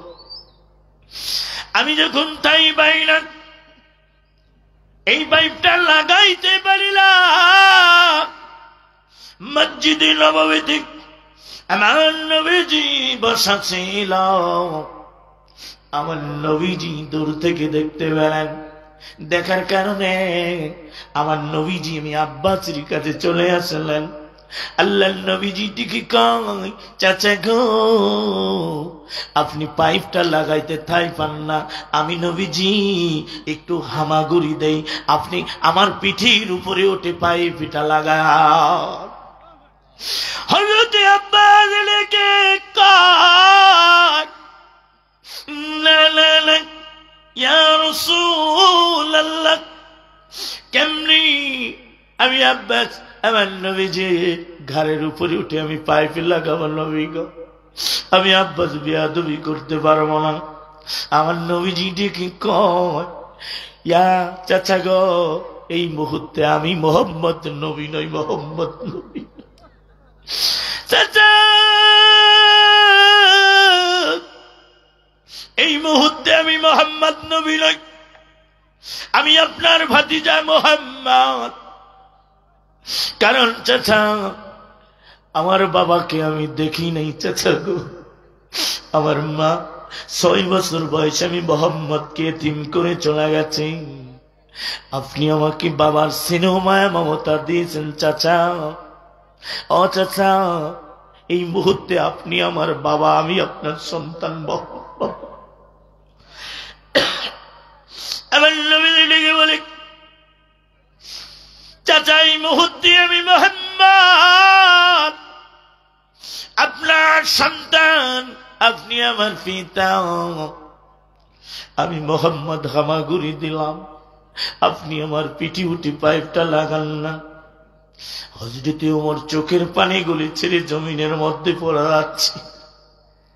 হযরত আব্বাস দেখে কয়, ভাই ওমর রে, আমার নবীজি যখন বললেন আমি নবীজির কথা কেমনে অমান্য করি, আমার চোখের পানিগুলো জমিনে পড়ে যায়। আমার নবীজি হামাগুড়ি দিয়ে নবীজি বসে গেলেন, আমি পাইপ টানি নবীজির ঘাড়ের পিঠের উপরে উঠে দাঁড়ালাম। তারপরেও আমি লাগল বাইলাম। এমন সময় আল্লাহ নবীজি ডেকে কই, চাচা গো, আমি নবীজি বসলাম। আব্বা জান, আপনি আমার 2 ঘাড়ে পা দিয়ে দেন না। আমি আব্বাস, আমি নবীজি 2 ঘাড়ের ভিতরে পা দুটো দিয়ে দিলাম। পা দুটো দিয়ে আমি পাইপটা আমার নবীর সঙ্গে আমি বেয়াদবি করলাম। এটা আমি আব্বাস কি করলাম? আমার নবীজি ডেকে কই, চাচা আপনি কানবেন না। ও চাচা, আপনি কানবেন না, আপনি তো আমার পিতা, আমি মোহাম্মদ আপনার সন্তান, আমি মোহাম্মদ।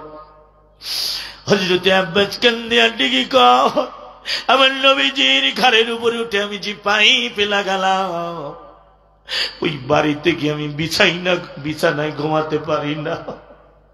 কি করে করলাম?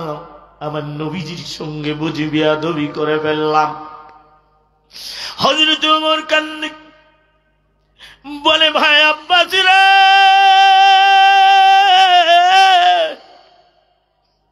তুমি বড় ভাগ্যবতী, আমার নবীজির ঘাড়ে উঠি পাইপে লাগালে। আমি ওমরের কিসমতে হলো না।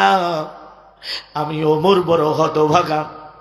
হযরত আব্বাস ডেকে কয়, ভাই ওমর, যে বাড়িতে আমার নবীজির স্মৃতি নাই, যে বাড়িতে আমার নবীর স্মৃতি থাকলো না, এই পাইপ আপনি যত দামি পাইপে দেন না কেন, আমি আব্বাস আপনার বিচার মানতে পারি না।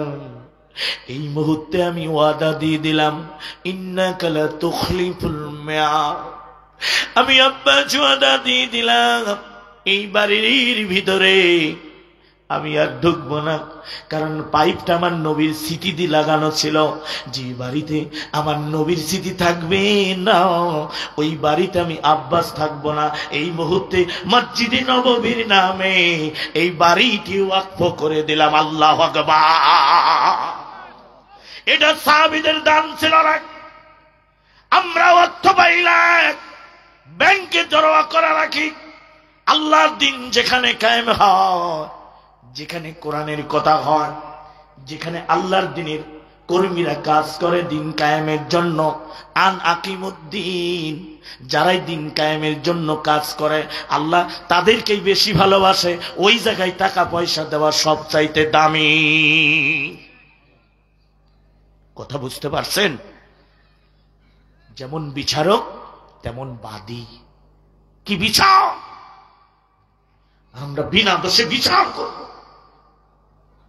ধর্ষণকারী নয়, মুফাসসির কোরআন যিনি পৃথিবীর 52টি মুসলিম কান্ট্রিতে এই কোরআনুল কারীমের তাফসীর করেছে, তাকে ইঞ্জেকশন পুশ করে মেরে ফেলা। কাদের মোল্লার যেদিন ফাঁসির কথা আমি শুনেছিলাম, আমি ওয়াজ করি, একজন পাশ থেকে এসে বলে, হুজুর কাদের মোল্লার কিছুক্ষণ আগে ফাঁসি হয়ে গেল। আল্লাহর কসম করে বলি, আমি ওই জায়গায় পাথরের মতো হয়ে গেলাম। আমি আর কথা বের হয় না, আমার মুখটা বন্ধ হয়ে গেছে, চোখের পানি ধরে রাখতে পারি না। আবার যেদিন আমি শুনলাম, আমি অফিস থেকে বের হয়ে আমি বাসায় ঢুকতেছিলাম সন্ধ্যা 7টার দিকে। আমি আমার দোতলা বাসায় থাকি, সিঁড়ি দিয়ে কেবল প্রথম সিঁড়িটা আমি উঠেছি, আমার একজন বন্ধু ফোন দিল। খতিব কল্যাণ পরিষদের আমি সভাপতি, তিনি ফোন দিয়েছে সেক্রেটারি, বলে ইমদাদ ভাই আপনি কি খবর জানেন? আমি বললাম কি খবর ভাই? সারাদিন আমি ব্যবসা নিয়ে ব্যস্ত ছিলাম। বলে কিছুক্ষণ পূর্বে কোরআনের পাখিকে মেরে আল্লাহর কসম করে বলে না, আমি আর দ্বিতীয় সিঁড়িতে উঠতে পারি না। আমার ঘরের দরজার সামনে আমি ঠাস করে পড়ে যাই। আমার স্ত্রী ডেকে বলে কি হয়েছে? দরজা খুলে দেখতে পাই আমি পড়ে গেছি। বলে তোমার কি হয়েছে? আমি বললাম কিছুক্ষণ পূর্বে আল্লামা দেলোয়ার হোসেন সাইদি কোরআনের পাখি বিদায় নিয়েছে। আমি বললাম বিদায় নিয়েছি। আল্লাহর কসম করে বলি রে মুসলমান, যাকে আইডিয়াল মনে করি, বাংলার যত তাফসীর কারক আছে, সাইদের একটা পশমের কদ্দুরে থাক, আমরা সাইদের জুতা টানার যোগ্যতা রাখি না। সেই আলেমকে মেরে ফেলা হলো একটাই কারণ, তারা এই জমিনে আকিমুদ্দিন একামতে দিন কায়েম করতে চায়। তাদের জানমাল উৎসর্গ করে দিয়েছে নেতাগুলি, তারপরেও তারা ওই জালিমের কাছে মাথা নত করে যায় না। এরকম আলেম আর আসবে না। আমি ছাত্র জীবনে যখন সদস্য, মনে করেছিলাম গোলাম আজমের মতো নেতা চলে গেল, আর আসবে না। মনে করেছিলাম নিজামীর মতো নেতা আর আসবে না, উনি চলে গেলেন। মুজাহিদকে আমি কাছ থেকে সেবা করেছি। ছাত্র জীবনে 6 সালের কথা বলতেছি, 4-এর কথা বলতেছি, 2-এর কথা বলতেছি। এরপরে মীর কাসেম আলীকে আমি নিজে সঙ্গীত শোনাইতাম ধানমন্ডিতে। তিনি তো দায়িত্ব ছিলেন ইবনে সিনা এবং ইসলামী ব্যাংকের। তিনি বলতো মায়ের সঙ্গীতটা বলো।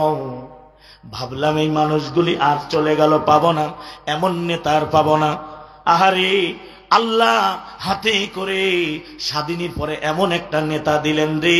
কারণ আমার নবী চলে গেলেন, হযরতে আবু বকর খলিফা হলেন, হযরতে আবু বকর চলে গেল, হযরতে ওমর হলেন, হযরতে ওমর চলে গেল, হযরতে উসমান আসলেন, হযরতে উসমান চলে যায়, হযরতে আলী আসলো। আহারে একের পর এক নেতা তৈরি। ইসলামী আন্দোলনের 1400 বছর আগের কথা মনে পড়ে গেল। তাই তো রে, এখন আবার দেখলাম সাদা দাড়িওয়ালা টুপিওয়ালা পাঞ্জাবি পরা মানুষগুলি দেখতে পেল খলিফা ওমরের উত্তরসূরি বাংলার জমিনে দেখা যায়। আমি তোমাদেরকে টান দিতে আসি নাই, আমি এসেছি এক ভাই আর এক ভাইয়ের পাশে। এটা ইসলামী আন্দোলনের নেতার চরিত্র, আমাদের চরিত্র। চুরি করো, গম মারো, দেশ থেকে বিদেশে পাচার করো, এমন সমাজ আমরা চাই না। আমরা সেই সমাজ চাই যে সমাজে মানুষগুলি শান্তিতে থাকবে, যে সমাজে ইয়ামেনের সানা শহর থেকে মদিনা পর্যন্ত একটা মেয়ে একা যাবে, পদ্মাহীন ছাড়া আসুক আর পদ্মা অবস্থায় আসুক, কোন যুবক উত্তপ্ত করবে না, এমন বাংলাদেশ চাই যে বাংলাদেশের ভিতরে আর কোন জালিম আসবে না, আর কোন ভোট চোর আসবে না, আর কোন দেশের টাকা বিদেশে পাচার হবে না। এমন নেতা চাই না, আমরা খলিফা ওমরের মতো নেতা চাই। রাজি আছেন? এমন নেতা আনতে রাজি আছেন? সেটা যে দলেরই হোক। আপনি দলের আমি ভোট চাইতে আসিনি, আমি বলতে চাই এই সমাজে জালিম চাই না, আমরা সৎ নীতিবান ভালো মানুষদের রাষ্ট্র চালাতে চাই। ঠিক কিনা? সত্যের সাক্ষ্য যারা পড়েছেন শেষে আছে, একটা মৌখিক একটা কাজে কর্মে সাক্ষ্য আজকে দিলেন না যে আমরা রাজি আছি, এটা হাত দিই কর্ম দিই আপনাকে প্রমাণ করে দিতে হবে। 2 নম্বরে তারা বলল অর্থগুলি আমরা আল্লাহর রাস্তায় দান করতাম না। 3 নম্বরে বলা হলো তোমরা কেন এসেছো। 4 নম্বর পয়েন্টগুলি আরো মজা। তারা বলল কুন্না নাখুদু মাআল খাইদিন। আমরাই তারা, তোমরা মসজিদে যেতে। আমরা বলতে এই বেটা তোরা যে এত নামাজ পড়ে সময়টা নষ্ট করিস, দেখেন এই নামাজের সময়টা কি। যারা উঠে যাচ্ছে ওরা দুর্ভাগা, আপনারা বসেন, ইম্পর্টেন্ট এখনো আছে, কারণ কবরের কথা আসবে এখানে, হাসর। এরপরে তারা বলছে তোমরা নামাজে, আমরা ব্যবসার টাকা আরো বাড়াইতাম, ব্যবসা করে ব্যাংকে রাখতাম, বাড়ি এমনি কি এতগুলো বানাইছি। তারপরে তোমরা দান করতা কিসের জন্য? ইসলামের জন্য। মসজিদ বানাইতা, মাদ্রাসা বানাইতা, যেখানে কোরআনের মাহফিল হয় সেখানে দিতা। আমরা বলতাম টাকাগুলি বেটা এখানে ওখানে দান না করে ব্যবসায় খাটালে আরো বেশি টাকা হতো, আমরা আরো ধনী হতাম। আমরা এই কারণে আমরা তোমাদের সমালোচনায় ব্যস্ত ছিলাম যে এরা এগুলা করে কেন। আমরা সেই লোক যে তোমাদেরই সমালোচনায়, আলেম ওলামা ভালো মানুষের বিরুদ্ধে সমালোচনা মগ্ন ছিলাম, দোকানপাটে ব্যবসা। দেখেন না কিছুদিন আগে রাজাকার বলে গালি দিল, যে পাগলি কিন্তু ঠিকই বুঝতে পারছিল যে এরা ছাড়াই আন্দোলন সফল করার কেউ না। তখন নিষিদ্ধ করা হলো। আল্লাহর মার দুনিয়ার বাইরে দেখেন, ইন্না বাতশা রাব্বিকা লাশাদীদ তুইজ্জু মান তাশা ওয়া তুযিল্লু মান তাশা। আল্লাহ বলে আমি ধরিনি, যেদিন ধরবো সেই দিন তোমার সাইজ করব। গর্তের মধ্যে ছিল, বেজি গর্তে ঢোকে আর বের হয়, মুখ বের করে যে কেউ আসে কিনা কিছু, আবার ঢুকে যায়। ইন্দুরও তাই করে। ঠিক ইন্দুরের গর্তে ছিল যারা, তারা উন্মুক্ত করে দিলেন আমার আল্লাহ। যাকে পদ্মা সেতু থেকে ফেলে দিবি সেই আজকে তার চেয়ারে বসা। আল্লাহর খেলা দেখেন, মুহূর্তের মধ্যে আল্লাহ পরিবর্তন করে দিতে পারে। আমি আপনিও এরকম হয়ে যেতে পারি। এই জন্য এখনই আপনার সময়, আপনার আখলাক চরিত্র, আপনাকে নিজেকে পরিবর্তন করতে হবে। নিষিদ্ধ হলো কারা দেখছেন? শিক্ষা নেন। আচ্ছা শিক্ষাটা কি? আপনি এখনো সময় আছে আপনার হাতে 3 ঘন্টা। আমি বলবো কেন? সারাদিনে আপনার 3 ঘন্টা সময় আছে, আপনি পথে চলেন না, আপনাকে কিন্তু কঠিন জবাব দিতে হবে। এরপরের আয়াতের ওয়াজ। দিন শুরু হয় কত ঘন্টায়? একদিন কত ঘন্টা? 24 ঘন্টা। আমি পয়েন্ট বলেছি, কোরআন অধ্যয়ন, হাদিস অধ্যয়ন, ইসলামী সাহিত্য অধ্যয়ন, আর এই যে নামাজ জামাতে পড়তে হবে, ঠিক কিনা? এবার 5 নম্বর পয়েন্টটা নেন।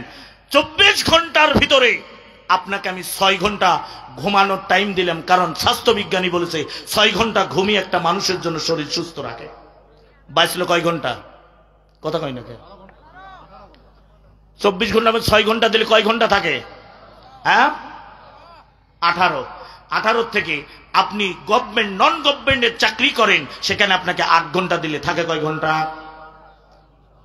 10। আপনার ওই টাকা দিয়ে বেতন দিয়ে সংসার চলে না, 4 ঘন্টা ওভার টাইম দিয়ে দিলাম, থাকলো কয় ঘন্টা? 6। এইবার আসেন, 6 ঘন্টার ভিতরে 5 ওয়াক্ত জামাতের নামাজ পড়ার জন্য আপনাকে আমি দিয়ে দিলাম 3 ঘন্টা, থাকলো কয় ঘন্টা? কয় ঘন্টা? 33 কত ঘন্টা হয় মাসে? কথা কয় না কেন? পয়েন্টগুলো বুঝতে হবে। খালি কাকিচ্ছা শুনলেই হবে? শিক্ষা নিয়ে কথা শুনতে হবে। 1000 লোকের আমার দরকার নাই তো। এখান থেকে 2টা 3টা 5 জন লোক যদি ইসলামী আন্দোলনের কর্মী হতে পারেন, ওয়াদা দিতে পারেন, 5 লক্ষ মানুষের সমতুল্য হবে। হাজার হাজার মানুষ আসবে, নবীজির কাছে এসেছে, প্রশ্নের উপরে প্রশ্ন করেছে, ইসলাম কবুল করেন নাই। ওই হাজারের মধ্যে একজন ফিরে আসলেন। যেমন হযরতে ওমর এসেছেন, হযরতে খাব্বাব এসেছেন, সাদ সালমি এসেছেন বেলাল। বেশি লোক লাগে নাই, ইসলাম কি কায়েম হয়নি? তাহলে 33-90 ঘন্টা। আপনি হয়তো এই 3 ঘন্টার ভিতরে আপনার শরীর অসুস্থ থাকতে পারে, সমস্যা থাকতে পারে, কোনো ওজর থাকতে পারে, আপনাকে আমি বিপদ সীমা এনে দিলাম, 1 ঘন্টা মাইনাস করে দিলাম, 2 ঘন্টা। 30 দুগুণে কত ঘন্টা হয়? 60 ঘন্টা। এই 60 ঘন্টা 2টা ঘন্টা আপনি সময় দিতে পারেন না চায়ের দোকানে বসে, ভাই চার একটা দেন। দুনিয়ায় আপনাকে পাঠানো হয়েছে, মা খলাকতুল জিন্না ওয়াল ইনসা ইল্লা লিয়াবুদুন। তুমি কার ইবাদত করবে? দাওয়াতের আয়াত। কর্মসূচি কয়টা? আপনি 2টা ঘন্টা আপনাকে সময় দিলাম, চার দোকানে বসেন, দিনের মধ্যে 2 ঘন্টা মানুষকে ডাকতে পারেন না আসলে আমাদের জন্য আসো, ওখানে কোরআনের দাস হয়, মসজিদে বসে 2টা ঘন্টা জীবনের সময় দিতে পারেন না। আল্লাহ সময় দিয়েছে আপনাকে মাত্র 2টা ঘন্টা, সব সময় দিয়ে দিল আপনার জন্য, দুনিয়ার জন্য। 2টা ঘন্টা আল্লাহর জন্য ব্যয় করতে পারবেন না? কেমন মুসলমান আপনি? আবু সাইদের মতো প্রমাণ করে দেখান, এক দফা একে যাবি, জালিম তুই কত মারবি, আমার মতো আবু সাইদ আরো জীবন দেবে, কর তুই গুলি, তোকে আমি বিদায় করে ছাড়বো, আর 9 দফা না, 1 দফে তুই বিদায় নিবি। এরকম সাহস হিম্মত আলা হতে হবে। आप बुझेगा ना नहीं बुझेगा? मैं तो साज बोलेगा, मैं झूठ नहीं बोलेगा। 2টা ঘন্টা সময় ব্যয় করেন ভাই, এই 2টা ঘন্টা অনেক মূল্যবান। আমার ভাইয়ের, আমার বন্ধুরা, 4 নম্বরে জিজ্ঞাসা করা হলো, ও জাহান্নামীরা, তোমরা কেন জাহান্নামে আসলে? তারা জবাব দিয়ে দিল, ও কুন্না নুকাযযিবু বিয়াউমিদ্দিন, আমরাই হলাম তারা, আমরা দুনিয়ার মোহে পড়ে হাসর কিয়ামতকে ভুলে গিয়েছিলাম। আমরা এরপরে কি হলো, হাত্তা আতানাল ইয়াকিন, আমরা দুনিয়ার ভিতরে থাকার কারণে, আমরা দুনিয়ার ভিতরে ব্যাংক ব্যালেন্স, ব্যবসা বাণিজ্য, দুনিয়ার মোহে পড়ার কারণে, আমরা আখিরাত কর্ম দিবসকে ভুলার কারণে মৃত্যু চলে আসলে। ইয়াকিন শব্দের অর্থ মৃত্যু, মৃত্যু দিয়ে কবর দিয়ে হাসর মিজান ফুল সিরাত দিয়ে জাহান্নামে ঢুকেছি। কঠিন আমাদের কর্মফল দিবস। ফালিউকাতিল ফি সাবিলিল্লাহি আল্লাযিনা ইয়াশরুনাল হায়াতাদ দুনিয়া বিল আখিরাহ, সূরা নিসা আছে। এক শ্রেণীর লোক দুনিয়ার বিনিময়ে আখিরাত বিক্রি করবে, আর এক শ্রেণীর লোক দুনিয়া চাই না, আখিরাত চাই, আখিরাতের বিনিময়ে দুনিয়াকে বিক্রি করে দেয়। আপনাকে সেটা হতে হবে, ঠিক কিনা? দোয়া আছে দেখবেন শেষের দিকে 23টা দোয়া মুখস্থ করবেন, কিছুই জানি না। এখন আসেন 4 দফা কর্মসূচিতে কি বুঝলাম? এই যে 4 দফা কর্মসূচির ওয়াজ করি, দাওয়াত ও তাবলীগ রাসূলের ছিল কি ছিল না? দাওয়াত ও তাবলীগ, তানজিম, তারবিয়াত, কি শিক্ষা এবং প্রশিক্ষণ, ঠিক কি না? তারপরে ইসলাহি মহাশারা, ইসলাহি হুকুমাত, আছে না নাই? এগুলা পরেই তো শপথ নিতে হয়েছে। আপনি মনে করেন আল্লাহর সন্তুষ্টির জন্য প্রথমে জিজ্ঞাসা করা হবে, কেন আপনি আল্লাহর কাছে বায়াত হতে চান? আপনাকে বলতে হবে, আমার ব্যক্তিগত জীবনে, এবার গঠনতন্ত্রের 7ম ধারায় আপনাকে বলে দেওয়া হয়েছে, আমি ব্যক্তিগত জীবনে ফরজ ওয়াজিব কোনদিন ছাড়বো না, কবিরা গুনাহ আমি করব না। 2 নম্বরে, খ নম্বরে বলে দেওয়া হলো, উপার্জন এমন পন্থায় করা যাবে না, যাবে না যেটা হারাম পর্যায়ে আল্লাহর নাফরমানিতে পড়ে যায়, ঠিক কিনা? পরে কি পরে না? কার পিছনে ঘরে আখিরাতকে বিক্রি করে এমন নেতার পিছনে ঘরেন, নামাজ নাই, রোজা নাই, হজ নাই, দান নাই, চুরি করে, বাটপারি করে, এমন নেতার পিছনে ঘুরলে আপনার দুনিয়ায় আখিরাত হারালেন। এটাই বলতেছে ওরা। সূরা আহজাব শেষের দিকে পড়বেন, 65 পরে নেতাদেরকে ধিক্কার দিবে, তারা বলবে ওদের অভিশাপ দেই, ওদেরকে জাহান্নামে নাও, আমরা একা যাব না। কার পিছনে ঘুরেন? এমন নেতার পিছনে ঘুরেন, আজান হলি বলে চলো সালাতের জন্য চলে যাই নামাজে, চলো একজন অসুস্থ আমরা দেখে আসি, এই রোগীটা দেখে আসি। আমার আল্লাহ বলবে, আমি অসুস্থ ছিলাম বান্দা, তুমি দেখতে যাও নাই। বলবে আপনি তো অসুস্থ হন না। আল্লাহ যখন বলবে আমার বান্দা অসুস্থ ছিল, তুমি দেখতে যাও না। হাসুরটা কেমন হবে না? এই আয়াতে কারিমা আমার নবীজি খাদিজার সামনে তেলাওয়াত করলেন। খাদিজা চিৎকার দিয়ে দিলেন আমার নবীজির সামনে, বলে হাসরের প্রথম ধাপ হল আযাবুল কবর। আমার নবীজি যখন বয়ান করে, হযরতে খাদিজা এত জোরে চিৎকার করেছেন, নবীজি বলে খাদিজা তোমার কি হলো? হযরতে খাদিজা লিখে বলে, ইয়া রাসূলুল্লাহ,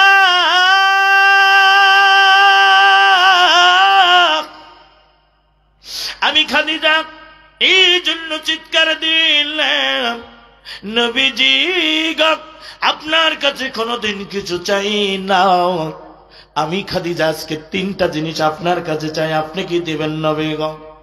বলে খাদিজা তুমি বলো না, তুমি তো সব সম্পদ বিক্রি করে দেয়, আল্লাহর দ্বীনের জন্য তোমার সম্পদগুলি বিক্রি করে দেয়, আমি নবীজির কদম মোবারকে ফেলে দিলেন।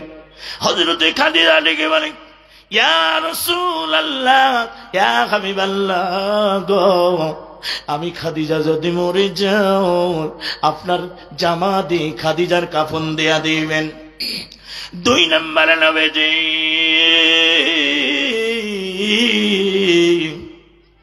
আমি খাদিজারে কবরে রাখতে যাবেন, যখন আপনি নবীজি আগে কবরের ভিতরে নামবেন, তারপরে খাদিজারা ওই কবরের ভিতরে দাফন করবেন।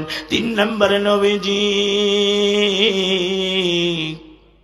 ওই কবরে দাফন করার পরে 2 জন ফেরেশতা আসবে, মুনকার এবং নাকির। 3টা প্রশ্ন করবে। আমার আলোচনা 3টা কর্ম নীতি এবার চলে আসল। খাদিজা ডেকে 3টা প্রশ্ন করবে, আমার রব্বুকা আমার দীনুকা আমার নবিয়ুকা। এটাই হলো 3টা কর্মনীতি রাষ্ট্রের। 1 নম্বরে আল্লাহর সন্তুষ্টি রাখতে হবে আপনাকে, 2 নম্বরে মুনাফিকি বর্জন করতে হবে, 3 নম্বরে নেতৃত্বের পরিবর্তন, সেটা নবীকে দিয়ে বোঝানো হয়েছে। তাফসীর ওয়াজ বুঝতে হবে, বেশি প্রয়োজন হয় না।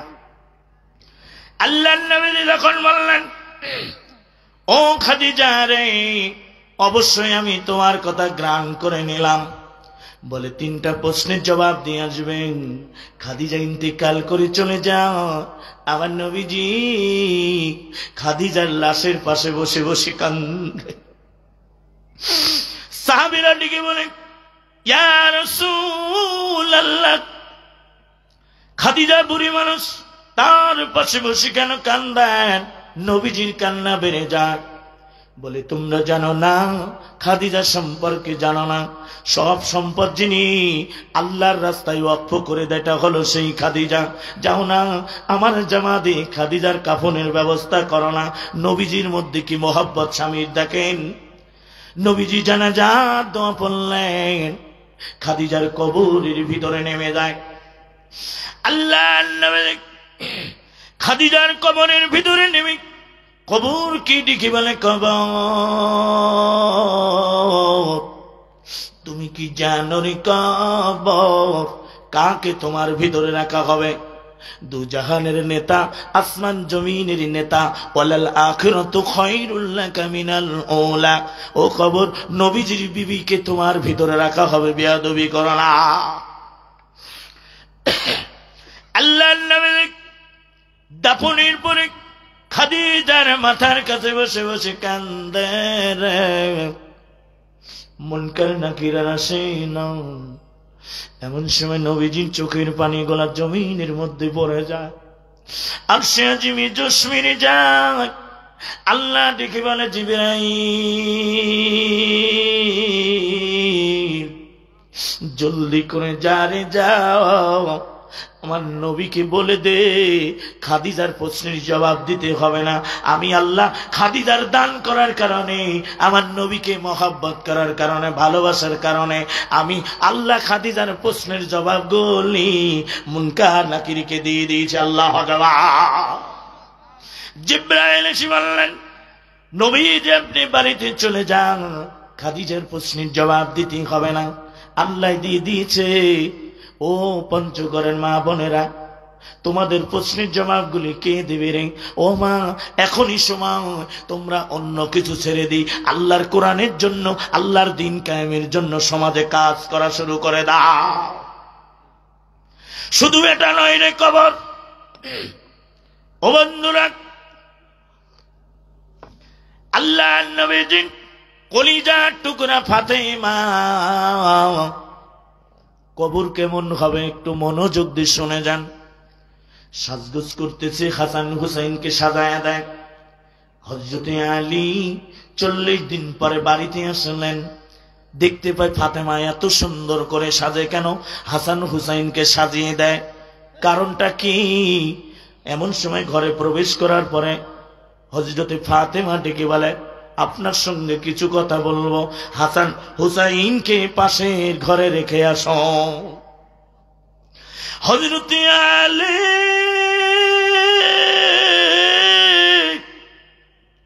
হাসান হুসাইন রে পাশের ঘরে যখন রেখে আসে, আর মুস্কি মুস্কি হাসে, বলে ঘরের দরজা লাগিয়ে দাও, মানুষগুলি শুনে ফেলবে।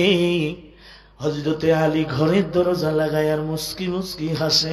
আহারে, বহুদিন পরে বাড়িতে আসছে, না জানি আজকে কি না ভালোবাসা হবে। আমরা যদি বহুদিন পরে বাড়িতে আসি তাহলে কিন্তু এটা মনের মধ্যে একটা আনন্দ বাসনা থাকে, ঠিক কিনা? এটা বোঝার জন্য বলছে। আল্লাহ রসুল যখন আয়েশার ঘরে ঢুকতেন টোকা দিতেন, আয়েশা দরজা খুলে দিতেন, আসসালামু আলাইকুম ইয়া আহলাল বাইত। নবীজি চোখে চোখ পড়ে গেছে আয়েশার, হাদিস, চোখে চোখ পড়ার কারণে আয়েশা হেসে দিচ্ছে, রসুলও হেসে দিচ্ছে। হেসে দেওয়ার পরে আয়েশা দেখে বলতে, ইয়া রাসূলুল্লাহ, মনে হচ্ছে পূর্ণিমার চাঁদ আমি আয়েশার ঘরের ভিতরে চলে এসেছে আপনার হাসির দাঁতের ঝলকে। আল্লাহু আকবার। 3 দিন 4 দিন ঘরে খাবার ছিল না। দিন কায়েমের জন্য নবীজি দাওয়াত দেয়, কিন্তু মোহব্বত ভালোবাসা ছিল। আর আমরা স্ত্রী দরজা খুললে বলে, তুই আমি চিনিস আমি কোন বংশের? হ্যাঁ, যৌতুকের জন্য মারেন মিয়া। আগে ডিসকভারি গাড়ি যৌতুক নিত, এখন আমার যুবকেরা নিচ্ছে হলে পালসার গেছে, বলছে এখন লাওয়া লাগবে জিক্সার গেছে, বলছে R15 না দিল তোর মিক বিয়েই করবো না। সাপা যৌতুক নেওয়া যাবে? মাদেরকে মেরেন না, মারা অনেক ভালো। রসুল কি করলেন? ঘরের ভিতরে প্রবেশ করলেন। আয়েশার হাসি দেখে রসুল আয়েশার সর্বপ্রথম ঘরে ঢুকে আয়েশার ঠোঁটের মধ্যে নবীজি চুম্বন করেন। চলের ভিতরে, কপালের ভিতরে এই 2 হাত রসুল চুম্বন খাইতেন। আয়েশা কত মহব্বত দেখছেন। তবে আপনারা আবার একটা বুঝ আবার যেন নিয়েন না, হুজুর তো আজকে হাদিসের কথা বললো যে রসুল ঢুকে চুমো খাইছে, আমি আজ বাড়ি দেয় প্রথম প্র্যাকটিস করবো, সালাম দিই বউরে চুমো খাবো, তাহলে কিন্তু ঝাঁটা পিটা করে বাড়িতে বাইর করে দিবে, সাবধান। আপনারা যেন প্র্যাকটিস করেন না আজকে যায়। আল্লাহর নবী কলিজার টুকরা ফাতেমা যখন বললেন ঘরের দরজা লাগিয়ে দাও না, ঘরের দরজা লাগালেন।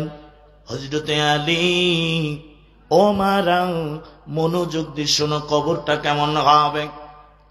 কারণ এখানে অকুন্না নুকাদ্দিবু বিয়াউমিদ্দিন হাত্তা আতানাল ইয়াকিন, মৃত্যুটা কেমন হবে এটার জন্য আলোচনা আসলো। হযরতে ফাতেমা হযরতে আলীর পাশে বসে বসে কান্দে রে। এমন সময় ডেকে বলে, প্রাণের স্বামী গো, আমি ফাতেমা আপনার কাছে ক্ষমা চাই, আপনি আমারে মাফ করে দিন। আপনি ভালো কাপড় দেন নাই, পোশাক দেন নাই, আমি ফাতেমা রাগ করি নাই। 3 দিন 4 দিন বাড়িতে চুলা জ্বলে না, ফাতেমা রাগ করে না। আমি যদি মরে যাই হাসরের ময়দানে, আমি ফাতেমারে আপনি যেন আসামির কাঠগড়াই না দাঁড় করা।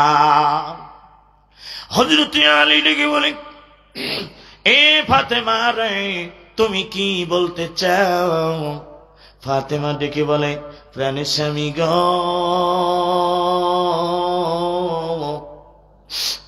আজকে রাতে ফাতেমা ইন্তেকাল করবে। হযরতে আলী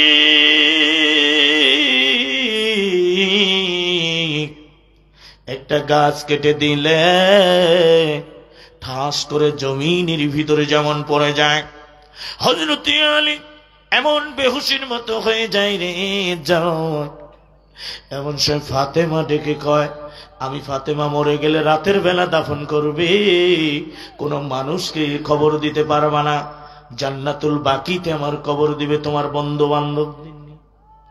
হযরতে ফাতেমা ইন্তেকাল করে চলে যায় রে, যাও। এমন সময় হযরতে আলী তার নিকটস্থ বন্ধু ছিল আবু জার গিফারি, আবু জার গিফারির ঘরের দরজায় চলে যান, কান্দে। এমন সময় বলে, কে কান্দে রে আমার ঘরের দরজায়? দেখতে পেলেন কেউ নাই। আমার বন্ধু আলী কান্দা। এ আলী কি হয়েছে? বলে তুমি জানো না আমার বিবি ফাতেমা ইন্তেকাল করেছে, কবর খনন করতে হবে, রাতের বেলা দাফন করতে হবে, জান্নাতুল বাকিতে চলো।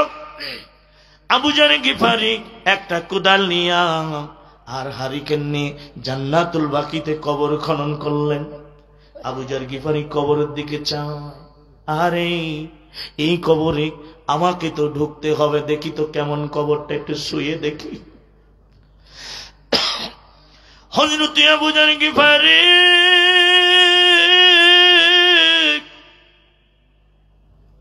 কবরকে ডেকে কয়, হাত বলে ডাকি ডেকে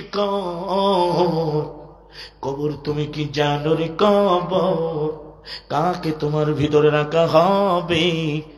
এমন একজন মানুষ যা আশারে মুফাসসিরে 10 জন সাহাবী হযরতে আলী তার বিবি ফাতেমার রাখা হবে। খবরদার কবর বেয়াদবি করো না। কবর কোনো কথা বলে না। আবু জার গিফারি আবার ডেকে কয়, এ কবর রে তুমি কি জানো হাসান হুসাইন জান্নাতি পুরুষের সর্দার, ওই হাসান হুসাইনের মা ফাতেমার রাখা হবে। খবরদার কবর তুমি বেয়াদবি করো না। আবার আবু জার গিফারি ডাক দিল, এ কবর তুমি কি জানো রে কবর যিনি জান্নাতি নারীদের সর্দার, খাতুনি জান্নাত ফাতেমার রাখা হবে, বেয়াদবি করো না। কবর কোনো কথা বলে না। আবার চূড়ান্ত ডাক দি কই, কবর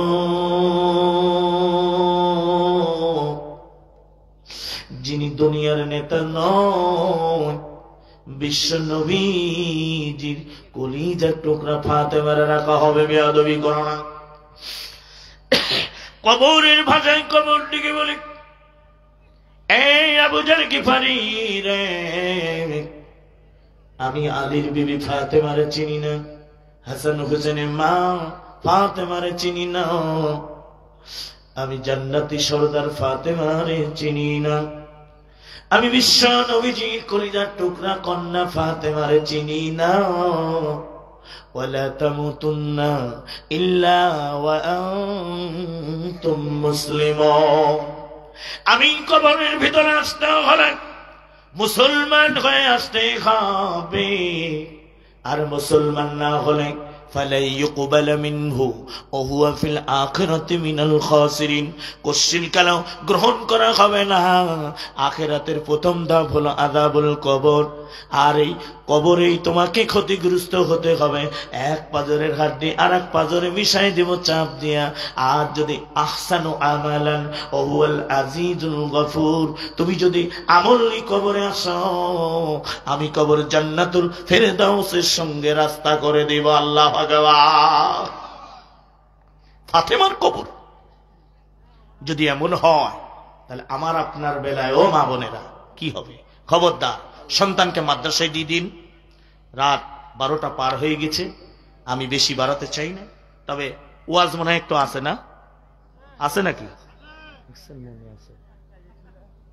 মারা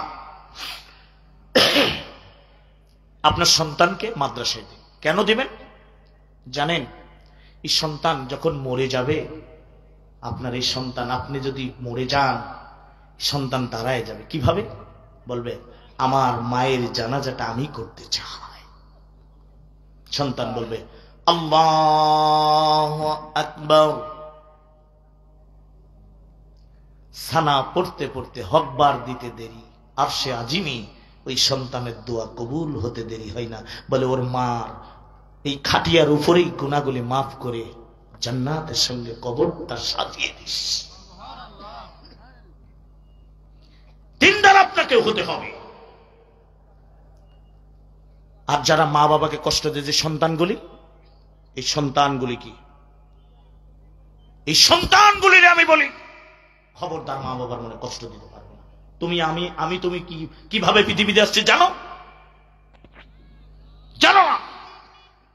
একটা পুরুষ যখন 1 ফোঁটা বীর্য মায়ের ডিম্পাণুর ভিতরে ছেড়ে দেয়, 2 কোটি সন্তান ধারণ ক্ষমতা বের হয়ে যায়। স্বাস্থ্য বিজ্ঞানী বলে যখন চলে যায় 2 কোটির ভিতরে, এই যে আমরা এখানে যত আছি আপনারা আছেন, দৌড়াইতে দৌড়াইতে দৌড়াইতে, ইস আলহামদুলিল্লাহ, আল্লাহু আকবার, আমি আপনি মায়ের ডিম পানুতে ঢুকেছি 1,99,99,999টা আউট। তাহলে আপনি ভাগ্যবান না? কেন আপনি আল্লাহর ইবাদত করেন না? কেন আল্লাহর সন্তুষ্টি চান না? শুধু তাই নয়, ঢুকলেন, ওই জায়গায় থাকলেন, খাবার খাওয়ালো কে? আল্লাহ।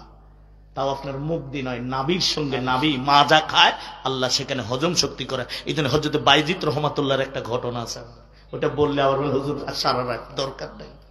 এইবার মায়ের গর্ভ থেকে পৃথিবীতে মুখ দেখাইলো কে? দেখানোর আগেই মায়ের গর্ভে থাকা অবস্থা আল্লাহ আমাদেরকে জানায় দিচ্ছে কি, দেখেন কেন আল্লাহর সন্তুষ্টি অর্জন কেন চান না? কেন আপনারা ইসলামী আন্দোলন করতে চান না?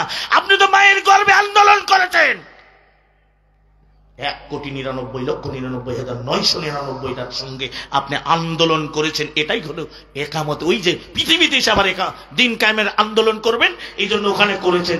আপনি পৃথিবীর জমিনে আসার আগে আল্লাহ বলতেছেন, والحب ذو العصف والريحان فبأي آلاء ربكما تكذبان والحب ذو العصف والريحان। হে মানুষ, তুমি কি জানো? তুমি পৃথিবীর জমিনে আসবে, কি খাবার খাবে তোমার মাও জানে না, বাবা জানে না, কেউ জানে না। আমি প্যাকেটজাত করে মায়ের বুকের ভিতরে আমি